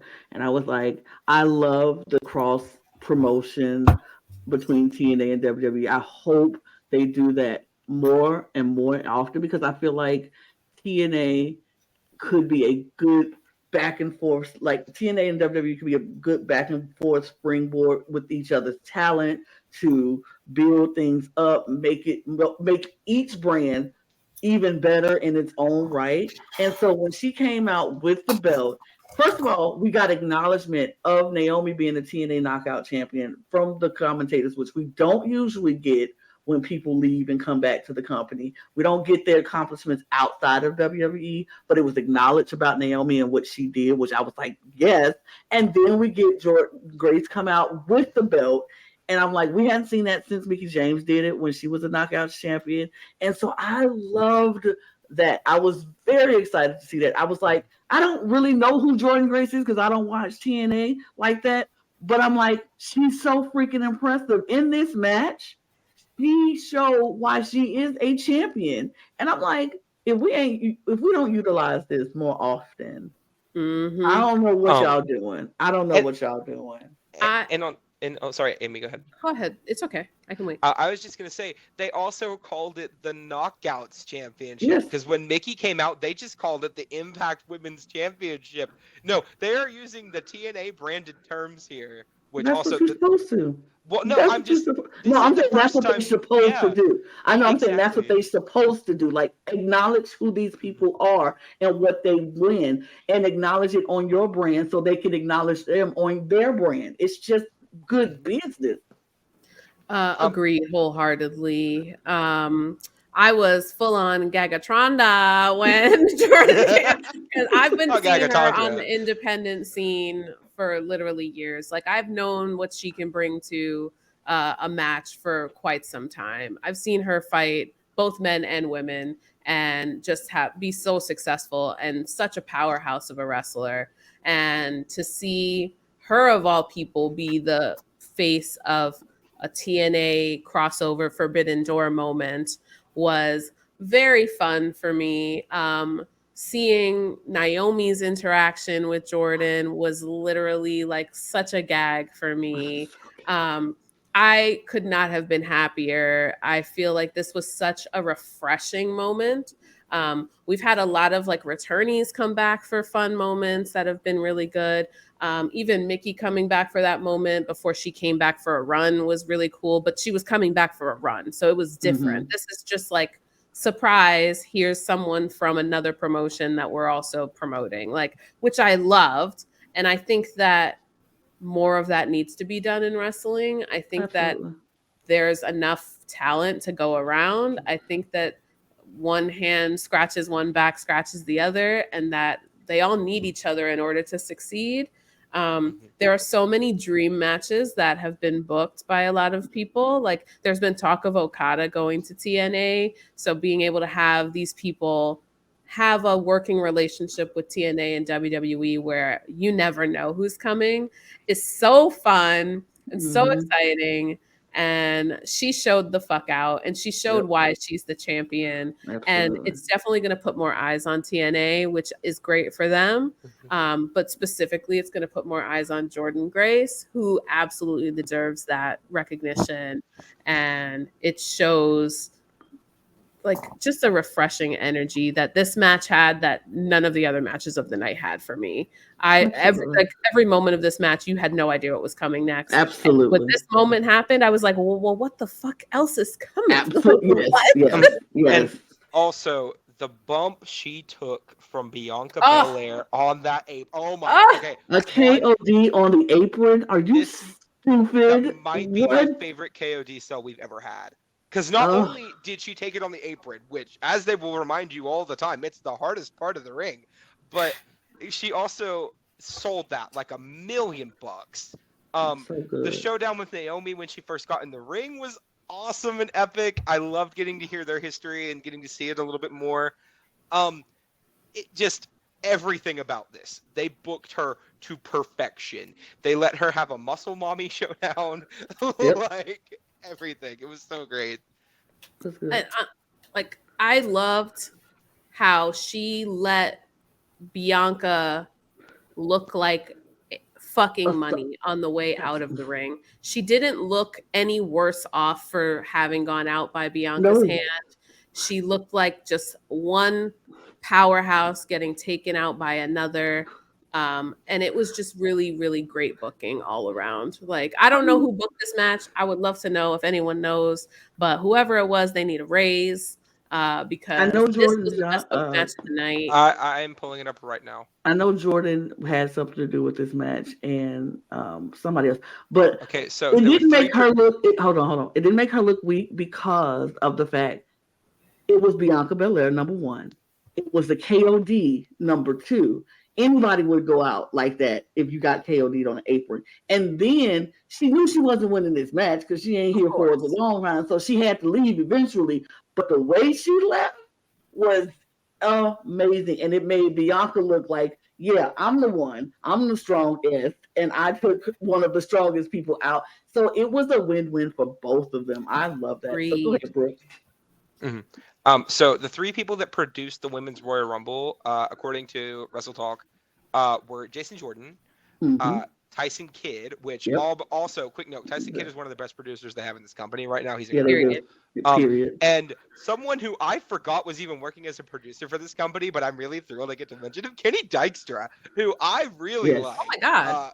Big fan of his. I saw that name. Yeah, former member of the Spirit Squad as Kenny. He was also had a singles run on SmackDown after the Spirit Squad ended, and then came back a few years later during the Miz and Dolph Ziggler feud for the IC title. But God, he was an underrated worker too. Give him his flowers, WWE. Thank you. But go ahead. Let's get Lewis and West get in here and say something about this before we move on. Unless you don't have anything to say. Nothing more to say. I mean, the difference between this and the Mickie James entrance as Impact Champion, I felt like this one. I felt like last time it was to the benefit of WWE. This felt more to the benefit of TNA, and that's why I appreciate this one a lot. It made the TNA brand look good. It made Jordan look good. Yeah. It made people who didn't know who she was. Now her name is on everybody's lips who watched this Royal Rumble. Absolutely. Oh, you know when her contract is up, WWE are gonna be. Absolutely. Absolutely. They would be stupid to let her go anywhere else. They have been saying the nicest things about Jordynne Grace online. TNA posted this video of her talking about her experience on their socials yesterday. To me, this is a clear example of not only I feel like WWE has major interest in her long term, but also this makes me feel like we are getting closer and closer to an official partnership between these two companies. Absolutely. I pray it happens because they could benefit so much from each other. Like imagine like Josh Alexander showing up, having a match with Gunther for the IC title. Amy, tell me you wouldn't be here for that. Oh, I'm seated immediately. Mm-hmm. Yeah. and like Moose getting to have a match with like Roman or something like that. Just like give me any of that. I'm here for it. Mostly, I'm looking forward to if they pick up Okada in TNA. I want to see them do some crossover there because there's been talk there, but we can talk about that after the fact. This is about the women, and they showed out. Also, Jordan looks great here. Absolutely. Like As her usual. gear was great. Her look was everything. Like she came in looking like a big money star because she is a big money star. And I appreciate that they really sold her that way. And it made this match feel bigger by having her in it. And I also want to say before. Sorry. Go ahead, Brooke. I just want to say, I know we were just talking about how some people on this panel don't like him, but I will say Pat McAfee on commentary did sell her very well. Did he? Yeah, he literally said TNA has a weapon as their champion. Yeah, right? I remember that bit. He sold her like pretty well for someone who I'm assuming had no idea who she was. So, he did not know. No, he had no idea. That was very clear. Right. Well, go ahead. Of course. This was incredible. Jordan Grace was incredible. My favorite part of this entire event, or at least my second favorite, because I have to save my favorite, but my second favorite part of this entire event was definitely Jordan Grace. She was fantastic. We've already spoken to all of her accomplishments. Something that surprised me and might surprise the audience is she didn't get a single elimination, but it felt like she got like 7.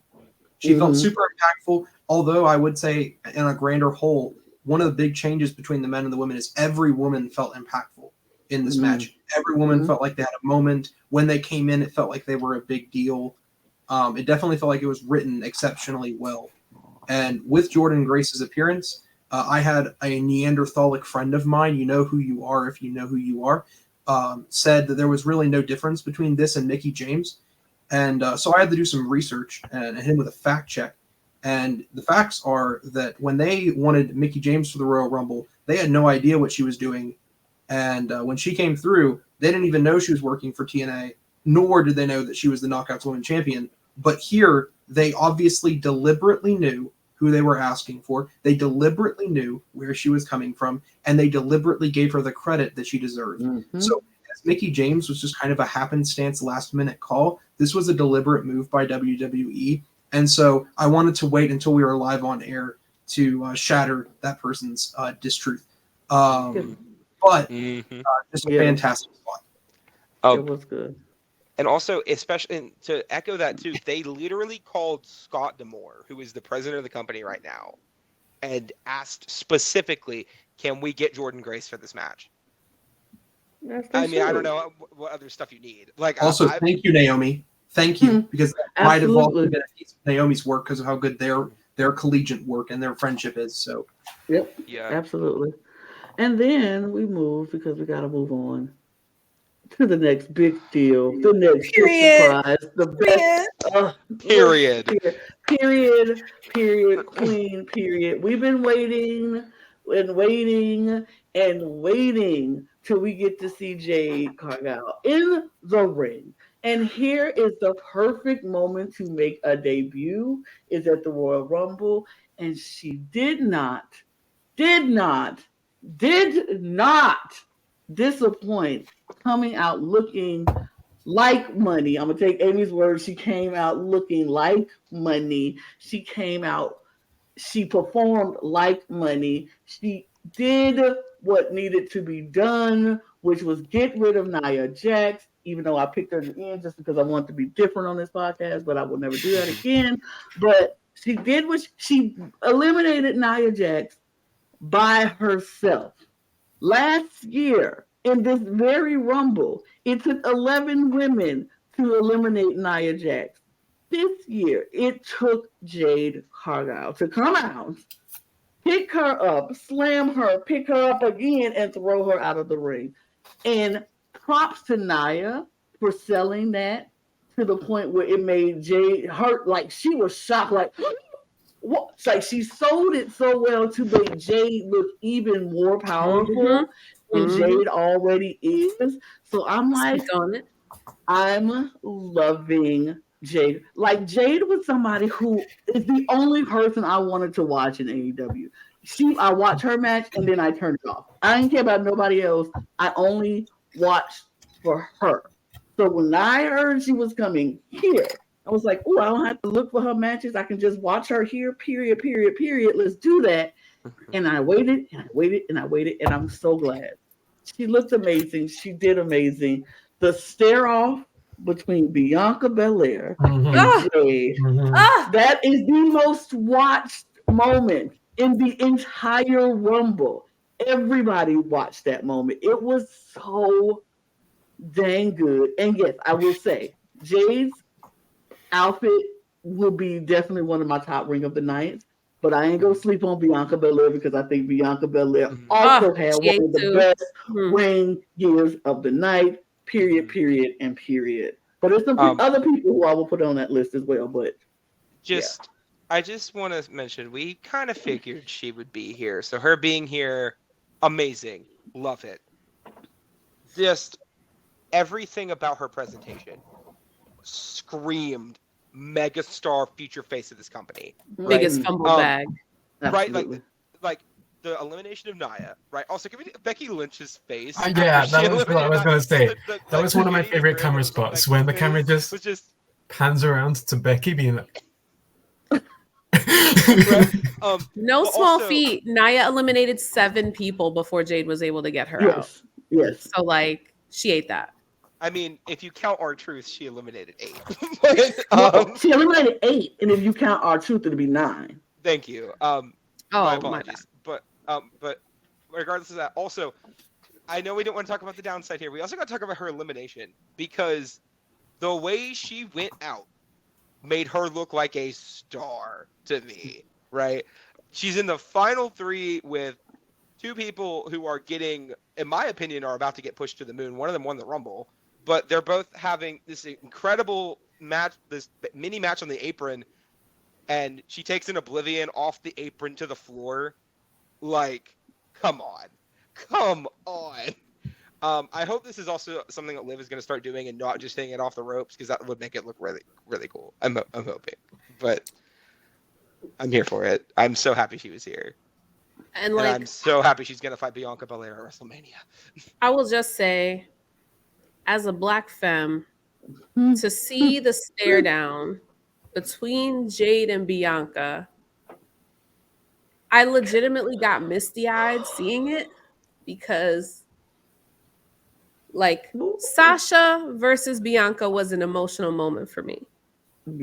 Seeing these 2 women that are being booked as the absolute powerhouses that they are, being shown in their full power, face to face, not hating on each other in any way, like seeing each other and respecting the game for game, and knowing that you're sitting there against another big dog in the business, like the respect and the nod of recognition from the 2 of them.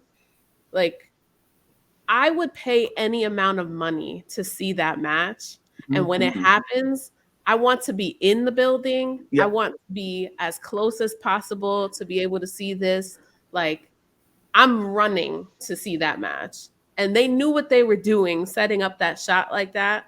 But also, like, emotionally for me, it just hit in ways that, like, I really was not expecting. Like, right now, my eyes are misty, because for me, like, that was the moment of the night for me. Like, it could not get any better for that. I didn't care who won at that point. For me, I won because I got to see something so important happening in real time. Like, it was just so incredible to me. Like, so excited to see Jade. So excited to see what happens with her and Bianca. Like, whenever it's happening, all eyes are going to be on it. Like, she just ate. She ate so much. And, like, I didn't expect her to win. And even if she doesn't win, she doesn't need to win in order to be built up as a star. She did exactly what needed to be done. She came in and showed how big of a threat she is to every woman in this locker room, and that they need to be paying attention to everything she does moving forward. She was booked perfectly.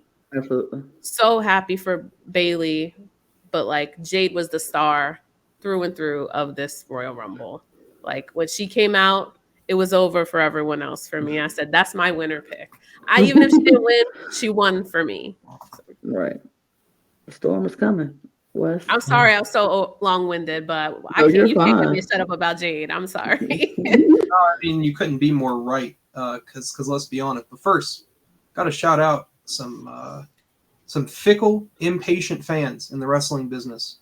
You know who you are. You know the people who are complaining and binging and moaning on Twitter about where's Jade Cargill? Are they going to do her justice? She's taking too long. Well, listen, you impatient pieces of garbage. We got Jade Cargill exactly when she was supposed to be, not a day early.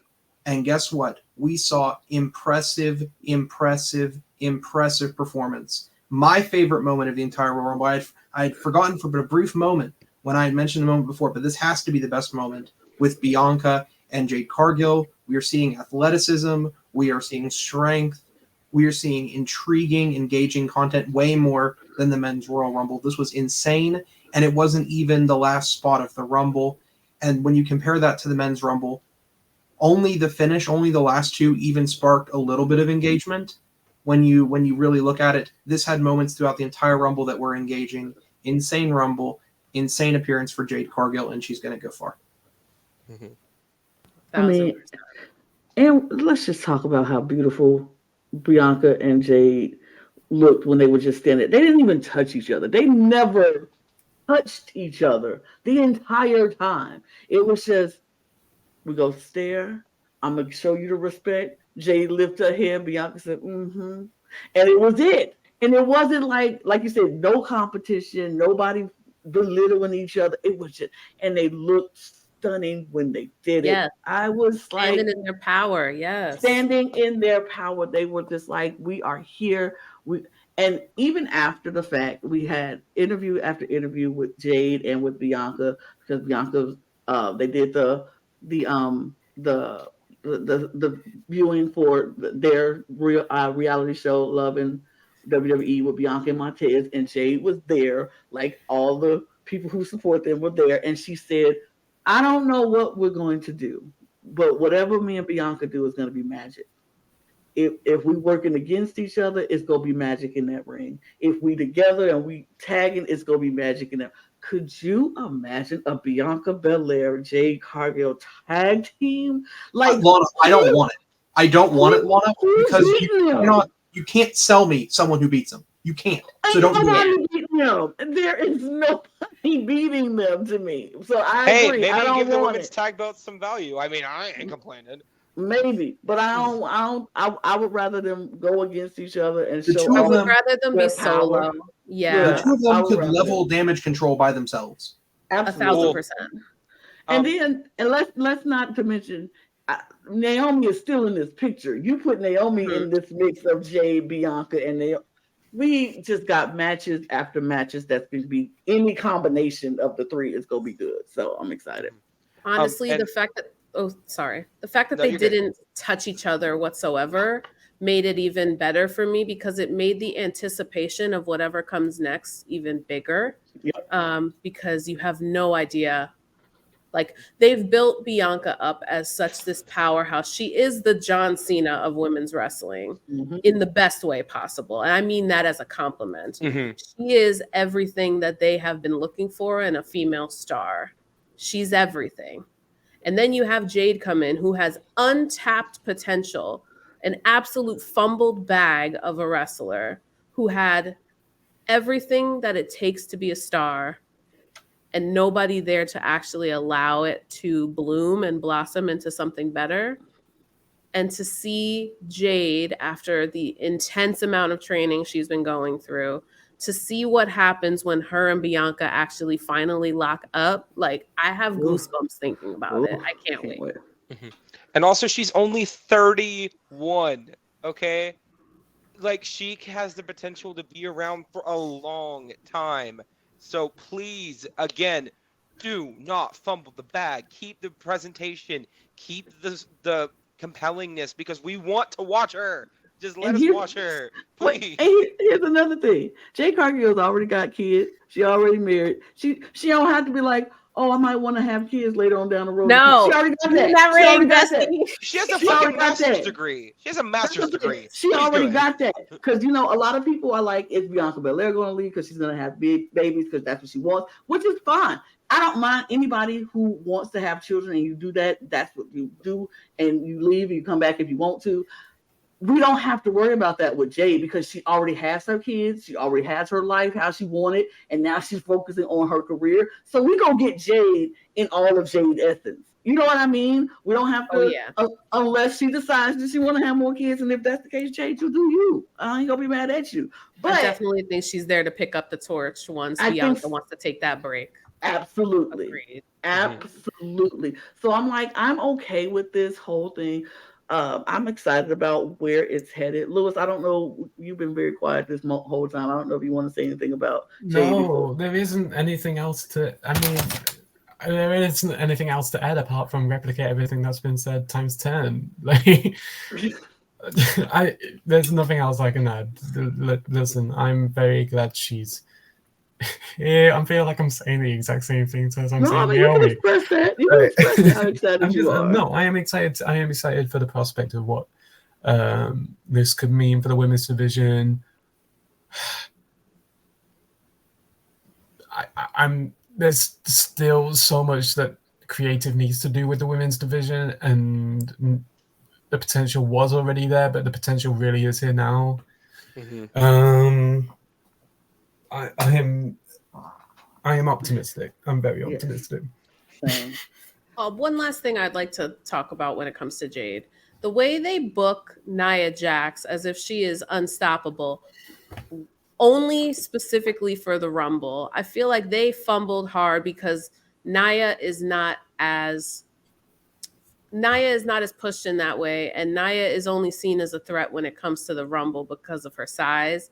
I feel like Jade is what they wanted Nia Jax to be, in that she is going to be the powerhouse that absolutely nobody's going to be able to take down in the way they anticipated booking Nia Jax. I see Jade being the woman that nobody's able to take out, who is running through the Royal Rumble the next few years. She's about to be her house in such a beautiful way. And I can't wait to see it. She's insane. Perhaps very similar to Brock Lesnar was when they booked him in.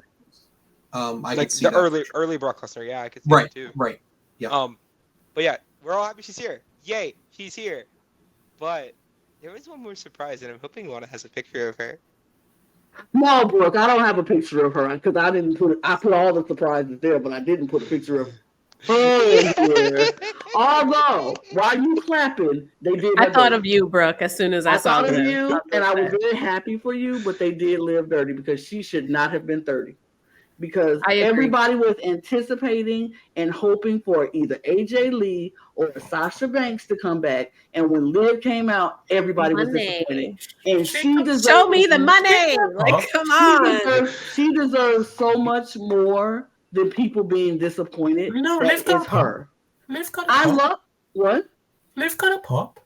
No, a light pop, really. Like a smattering. Light pop. It wasn't the pop that she deserves. Agreed. Because Liv Morgan is a champion who has been gone, and she deserved a bigger pop. I don't think putting her at 30 was the right move for her. I think Jade would have been better at 30 than a Liv Morgan would have been better at 30. Liv and Jade should have switched places because I was like, Liv Morgan deserves better than this. She deserves a bigger pop than this. She got a light pop. It was like, oh, they're like, it was like 30. Her music hit. They're like, oh, but it's Liv, yay! But we really wanted Sasha, or we really wanted AJ. It wasn't the pop she deserved, but I'm glad she's back.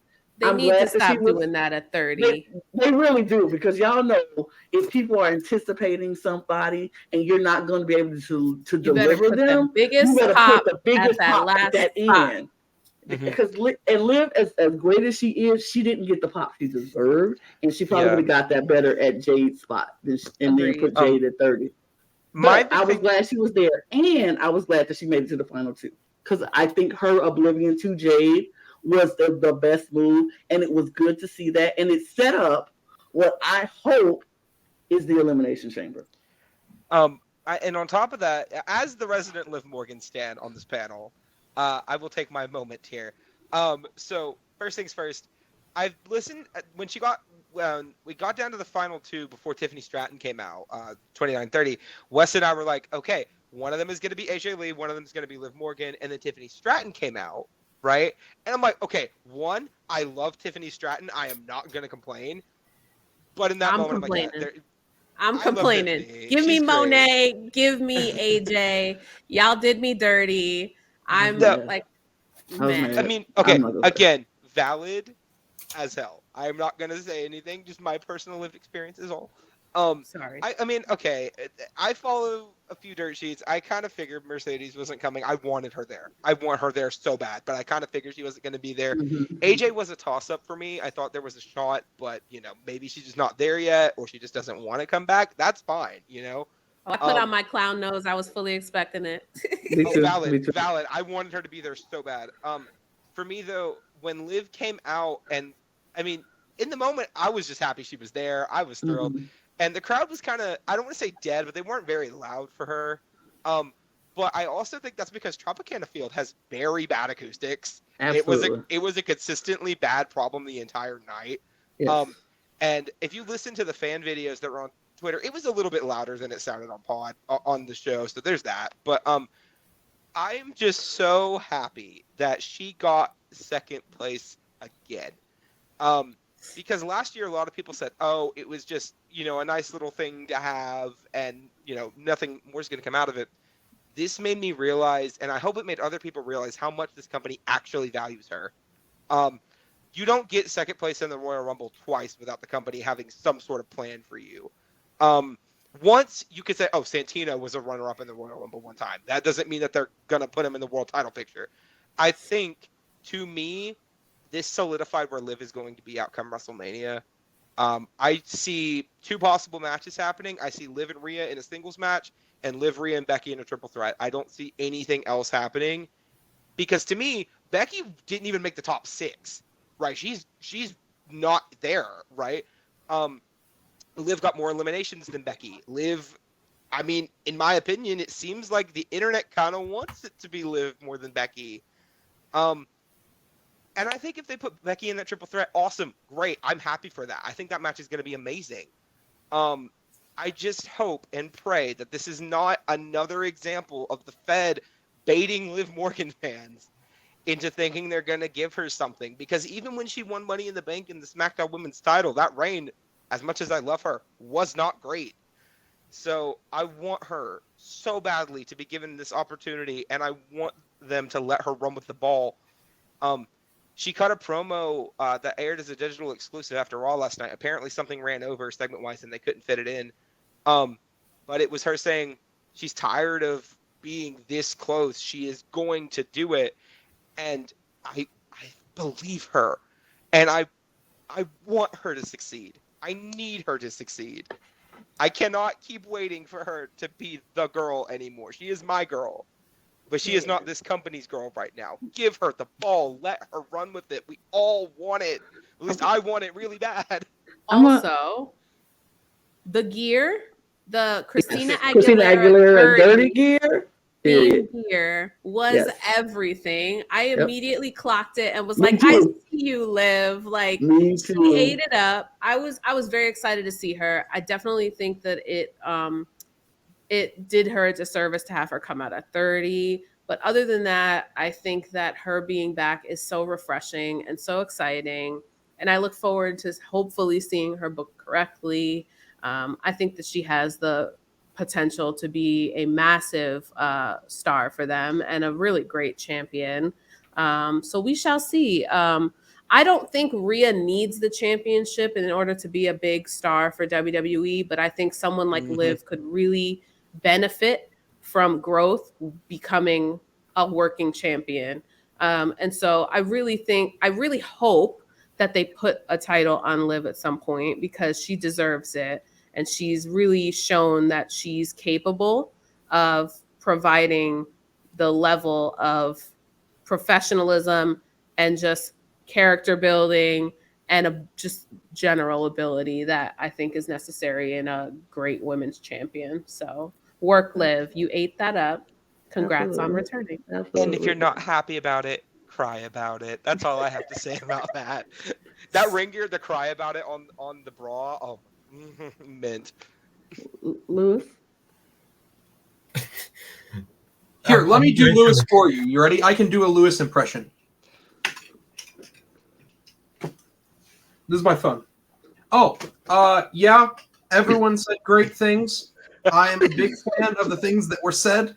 I agree with the things that were said, and Liv is great. Get his ass, Wes. Okay, Lewis, what would actually you like to say? Lewis is not pleased, and I I understand. love you, Lewis. Oh. First of all, I'm asking the question to you to be a part of this podcast. So I would love your retrospective on what about Liv Morgan coming back. No, yes, I agree. Liv is great, and I'm very glad she's here, and I have nothing else to say. Oh. All in their feelings. Wes, I feel like I did a fairly good impression then. All right, well, Liv Morgan, I have become quite a fan over time. I will say that that outfit made me even more of a fan than I was before.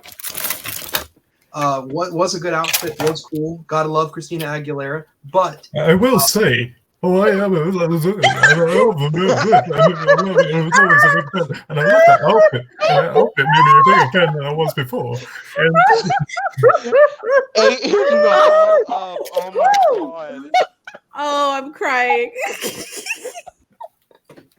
oh good Lord. Oh Jesus Christ.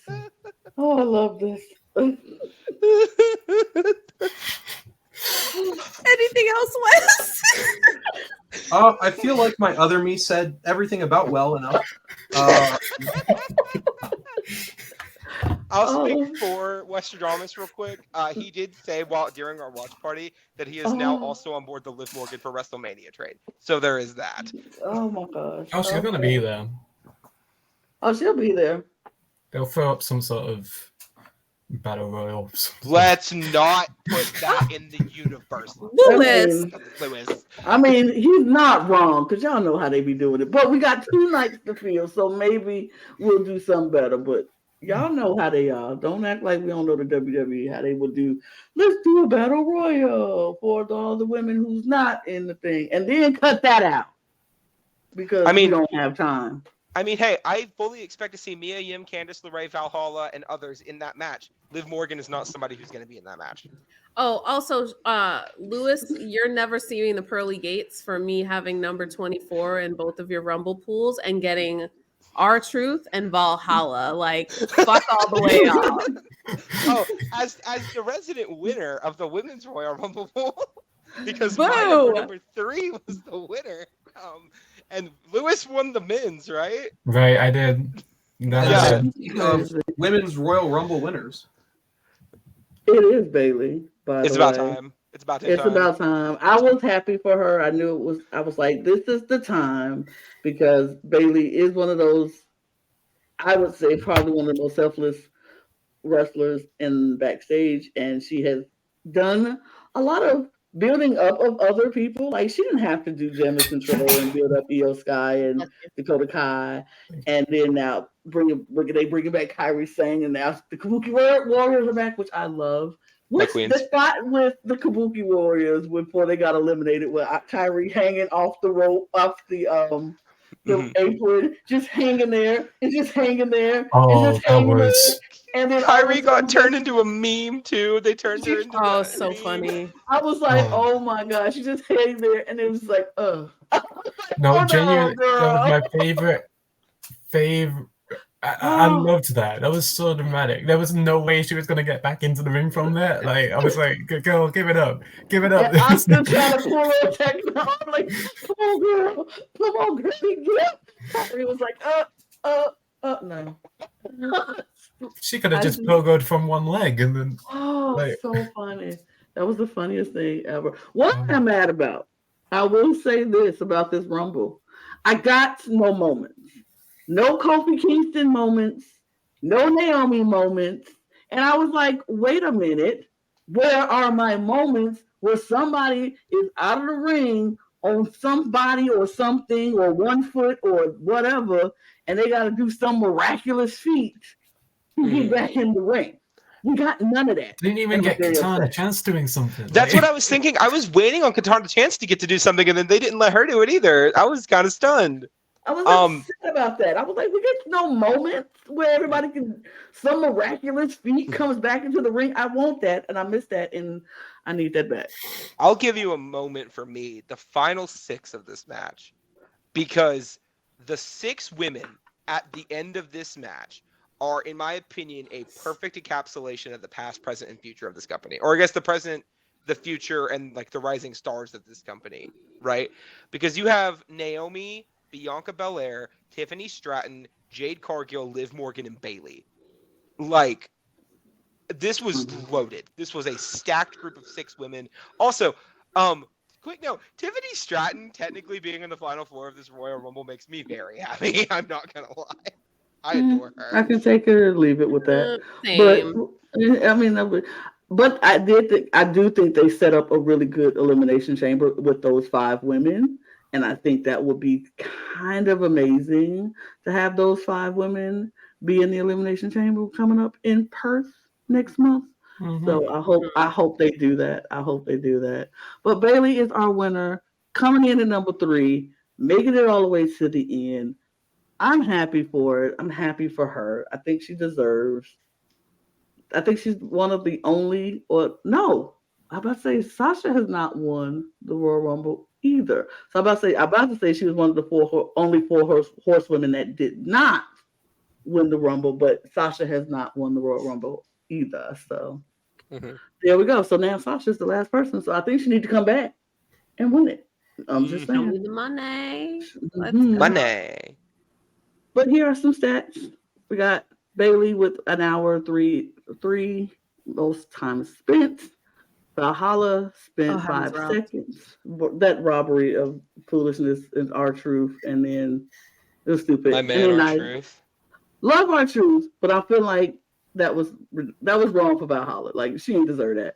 But eliminations, most Nia Jax with 8, 9 if you count R-Truth.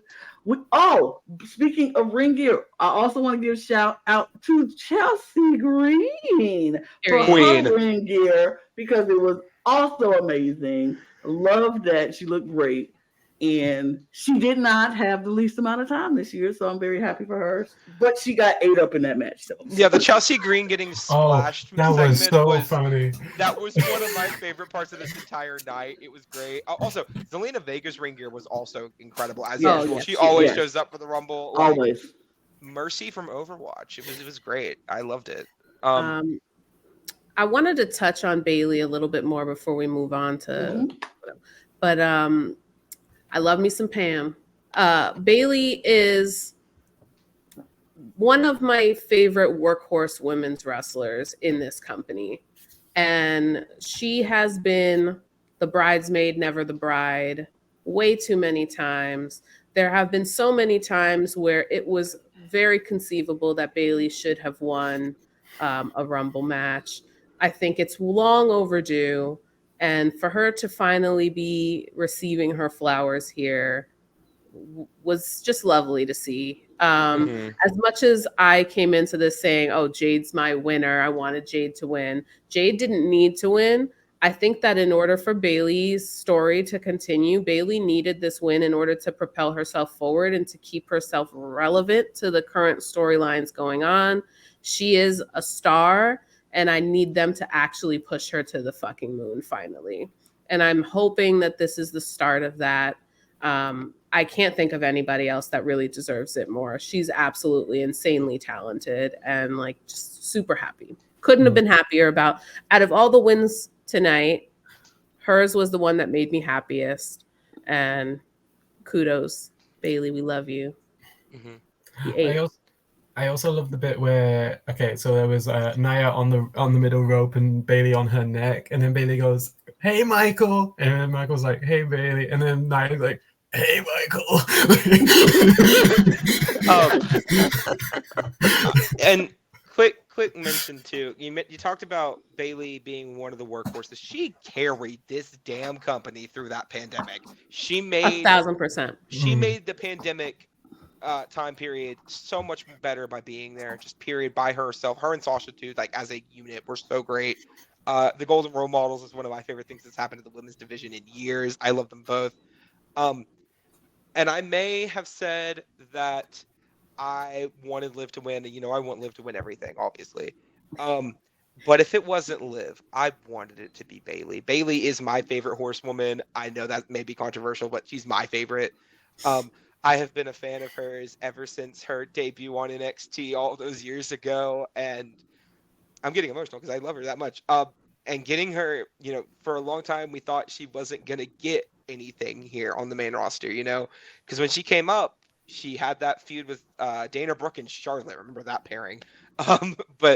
And you know, she did win the Raw Women's title, and then she kind of became irrelevant for a little bit. And I hate saying that.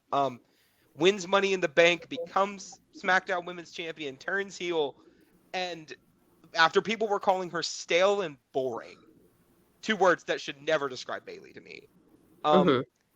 Finally, after holding that SmackDown Women's Championship for basically a year, and then getting set adrift again, not even being featured on the WrestleMania card the year after all of this happens, which granted, Sasha Banks and Bianca was the match we needed, the match we deserved. We talked about it before, but Bailey should have got something that year. She should have been featured in some way other than like a little interstitial piece on the stage. And when she tore her ACL, I honestly thought the company might be done with her. And I thought they might never give her a position like this ever again. I have never been happier to be wrong in my entire life. Amen. So I am so excited for Bailey to not only win a women's title at WrestleMania this year, which she's never done. She's defended one, but she's never won a women's championship at Mania. But I am also so unbelievably excited that she is finally going to be the woman in this company, even if it's just for a little bit of time. So yay, I'm really happy she's getting this opportunity. Shout out Lindsay Dorado. I had no idea he seconded in gear design. He designed Bailey's. Yeah. Yeah, Lindsay Oh, I Dorado. didn't know about that. Yeah. I really do love the fact that Bailey was able. Now she's able to show that, like you said, she is going to be the woman. She brought us, like I said, she's so selfless, and she's brought up and let people go above her when it should have been her. And we've seen it so many times with her. I loved how this story could be. I don't know if this is going to be, but I feel like it probably is. But if it's her against Io Sky, what a full circle moment we will have, that she got Damage Control there. She brought them over. She hyped them up. Io became champion probably before she be able to become champion. It's like, maybe it should have been her, but it was okay because Io is great, and we get to see some amazing things from Io that we probably wouldn't been able to see before. And she builds up Damage Control and builds them up to the point where they're like, we're so good, we don't need you. So now they're out, and the story that can come from this, it makes me excited about this championship, this possibility, this WrestleMania moment that we can have, where Bailey can be like, oh, no. Y'all forgot who I am. You forgot my name. I brought you here. I showed you the ropes. I built you up, and you trying to take me out. Now I got to take all y'all down. It's giving Batista and Evolution. Absolutely. And the build-up that made that man a star. Absolutely. And Bailey is already a star in her own right. But I think that this is the turn that could really catapult her into superstardom in the way she fully deserves. Absolutely. And I can't wait to see how this storyline comes to a head, because I feel it coming, and it's just been very fun. But it's been a minute, y'all, since we've been excited about a title match from the women's title match, from especially the SmackDown side. We haven't been excited about the SmackDown championship and excited about what's to come. And now this match is like, okay, it's not just, I'm gonna go after Rhea. And we're like, okay, Bailey and Rhea. So what? Don't care. I'm invested in this match, so I can't wait to see it. I hope it happens at WrestleMania and we get a good moment with Bailey and Io because I'm sure they go put on a show. I know they go put on a show. Oh, can't wait. So, I can't wait. So, any other final thoughts? Because I want to. We've been talking for a minute, and I know everybody probably getting tired of talking, but I want to know final thoughts of the Royal Rumble. Any other moments that we didn't talk about that you want to talk about that was the standout? I'm gonna start with Lewis. Where was fucking X-Pac? Where was X-Pac? Hey, where was X-Pac? I just like Nope. It's clear that we're moved away from the nostalgia Royal Rumble era, and that's kind of sad a little bit. I get it, but I loved the nostalgia aspect of like seeing someone come out do a 2-minute spot and then get eliminated. That I do miss like the pop that they would get whenever someone would come out and they'd be like, oh god, we haven't seen this person in a long time. And I feel like X-Pac is the one person that I really want to see back in the WWE do some sort of wrestling in some way, shape, or form. You don't want to see Simon Dean? Now that you mention it. Oh god! Oh god! An old video. You haven't seen that video. Yeah, I just had to make that joke. I'm sorry. That's fun. What's any final? Yeah. So about Bailey, Bailey is the most deserving woman on the women's roster, and it's not even close. Absolutely. It's not Bianca. It's not Jade. It's not Io. It's not Liv. It is Bailey. And she has not just been on the outside what we get to see, but according to reports, she has been crucial to the development of women and been a locker room leader unlike anyone before her or likely will be after her. So definitely kudos to her. Very happy to see her win. But also, I have to say, I have to give this Women's Royal Rumble, I think it might be a top 3 Rumble, and history will tell, but it might be a top 3 Rumble of all time.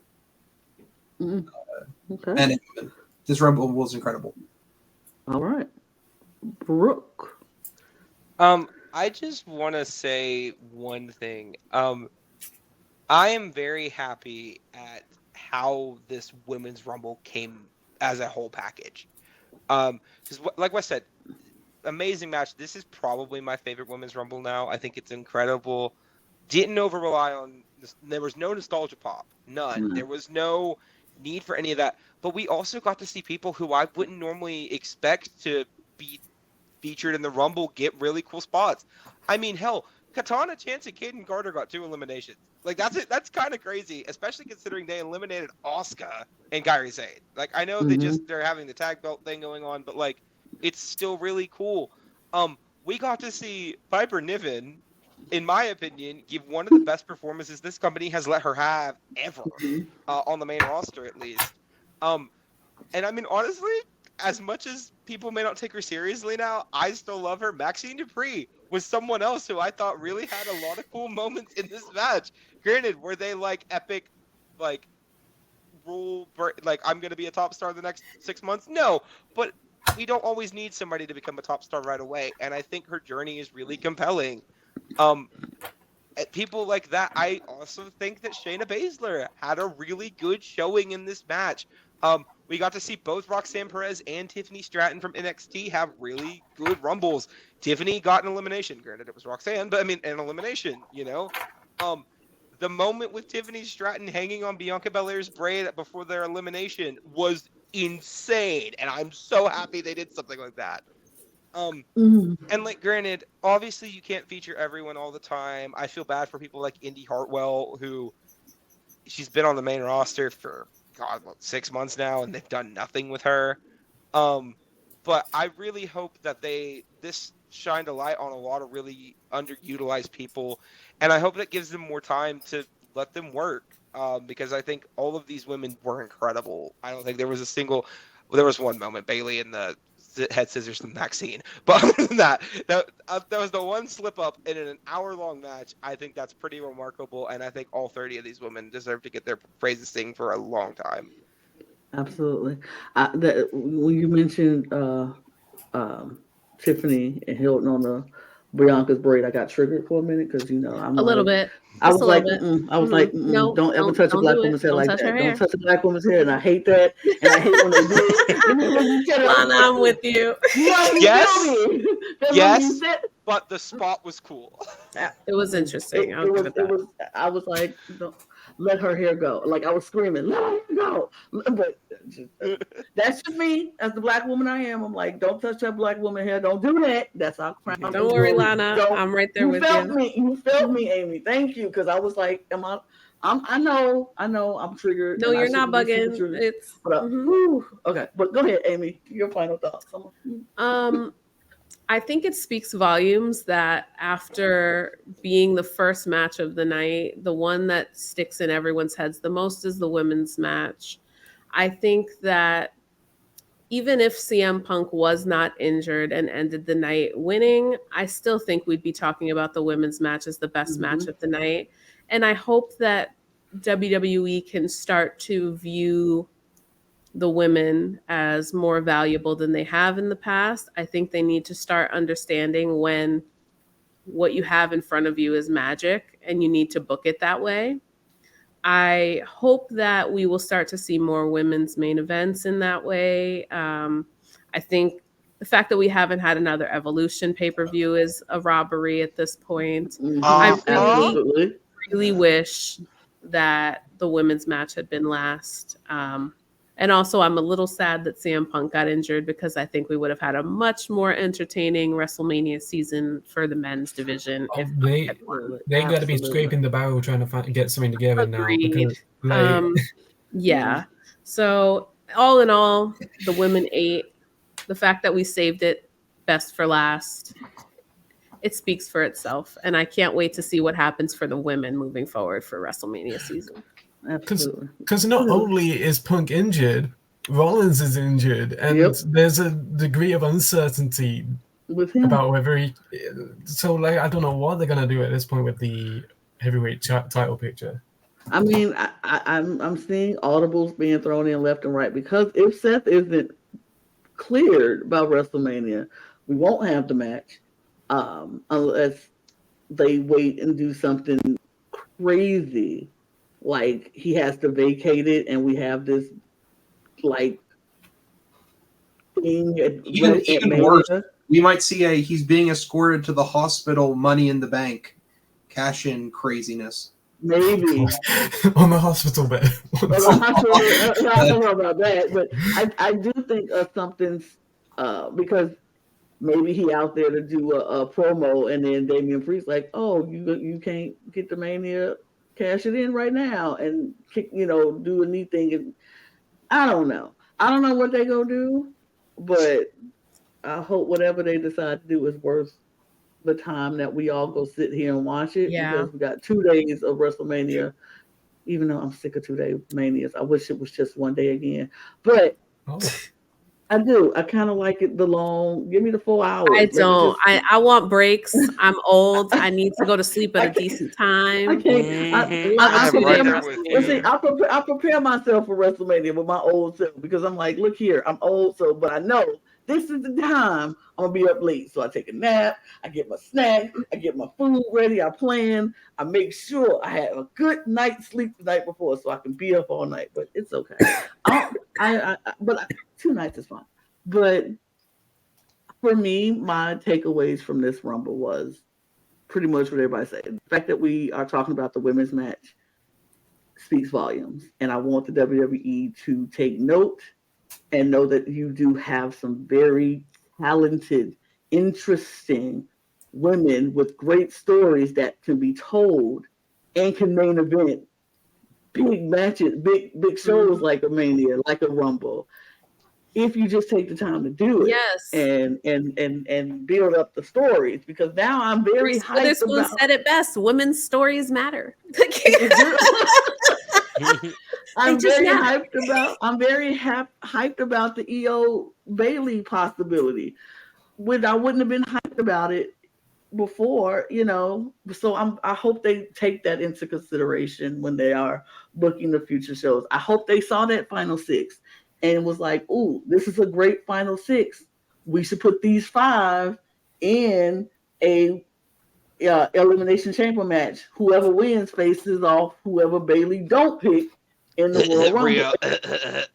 It'll be real.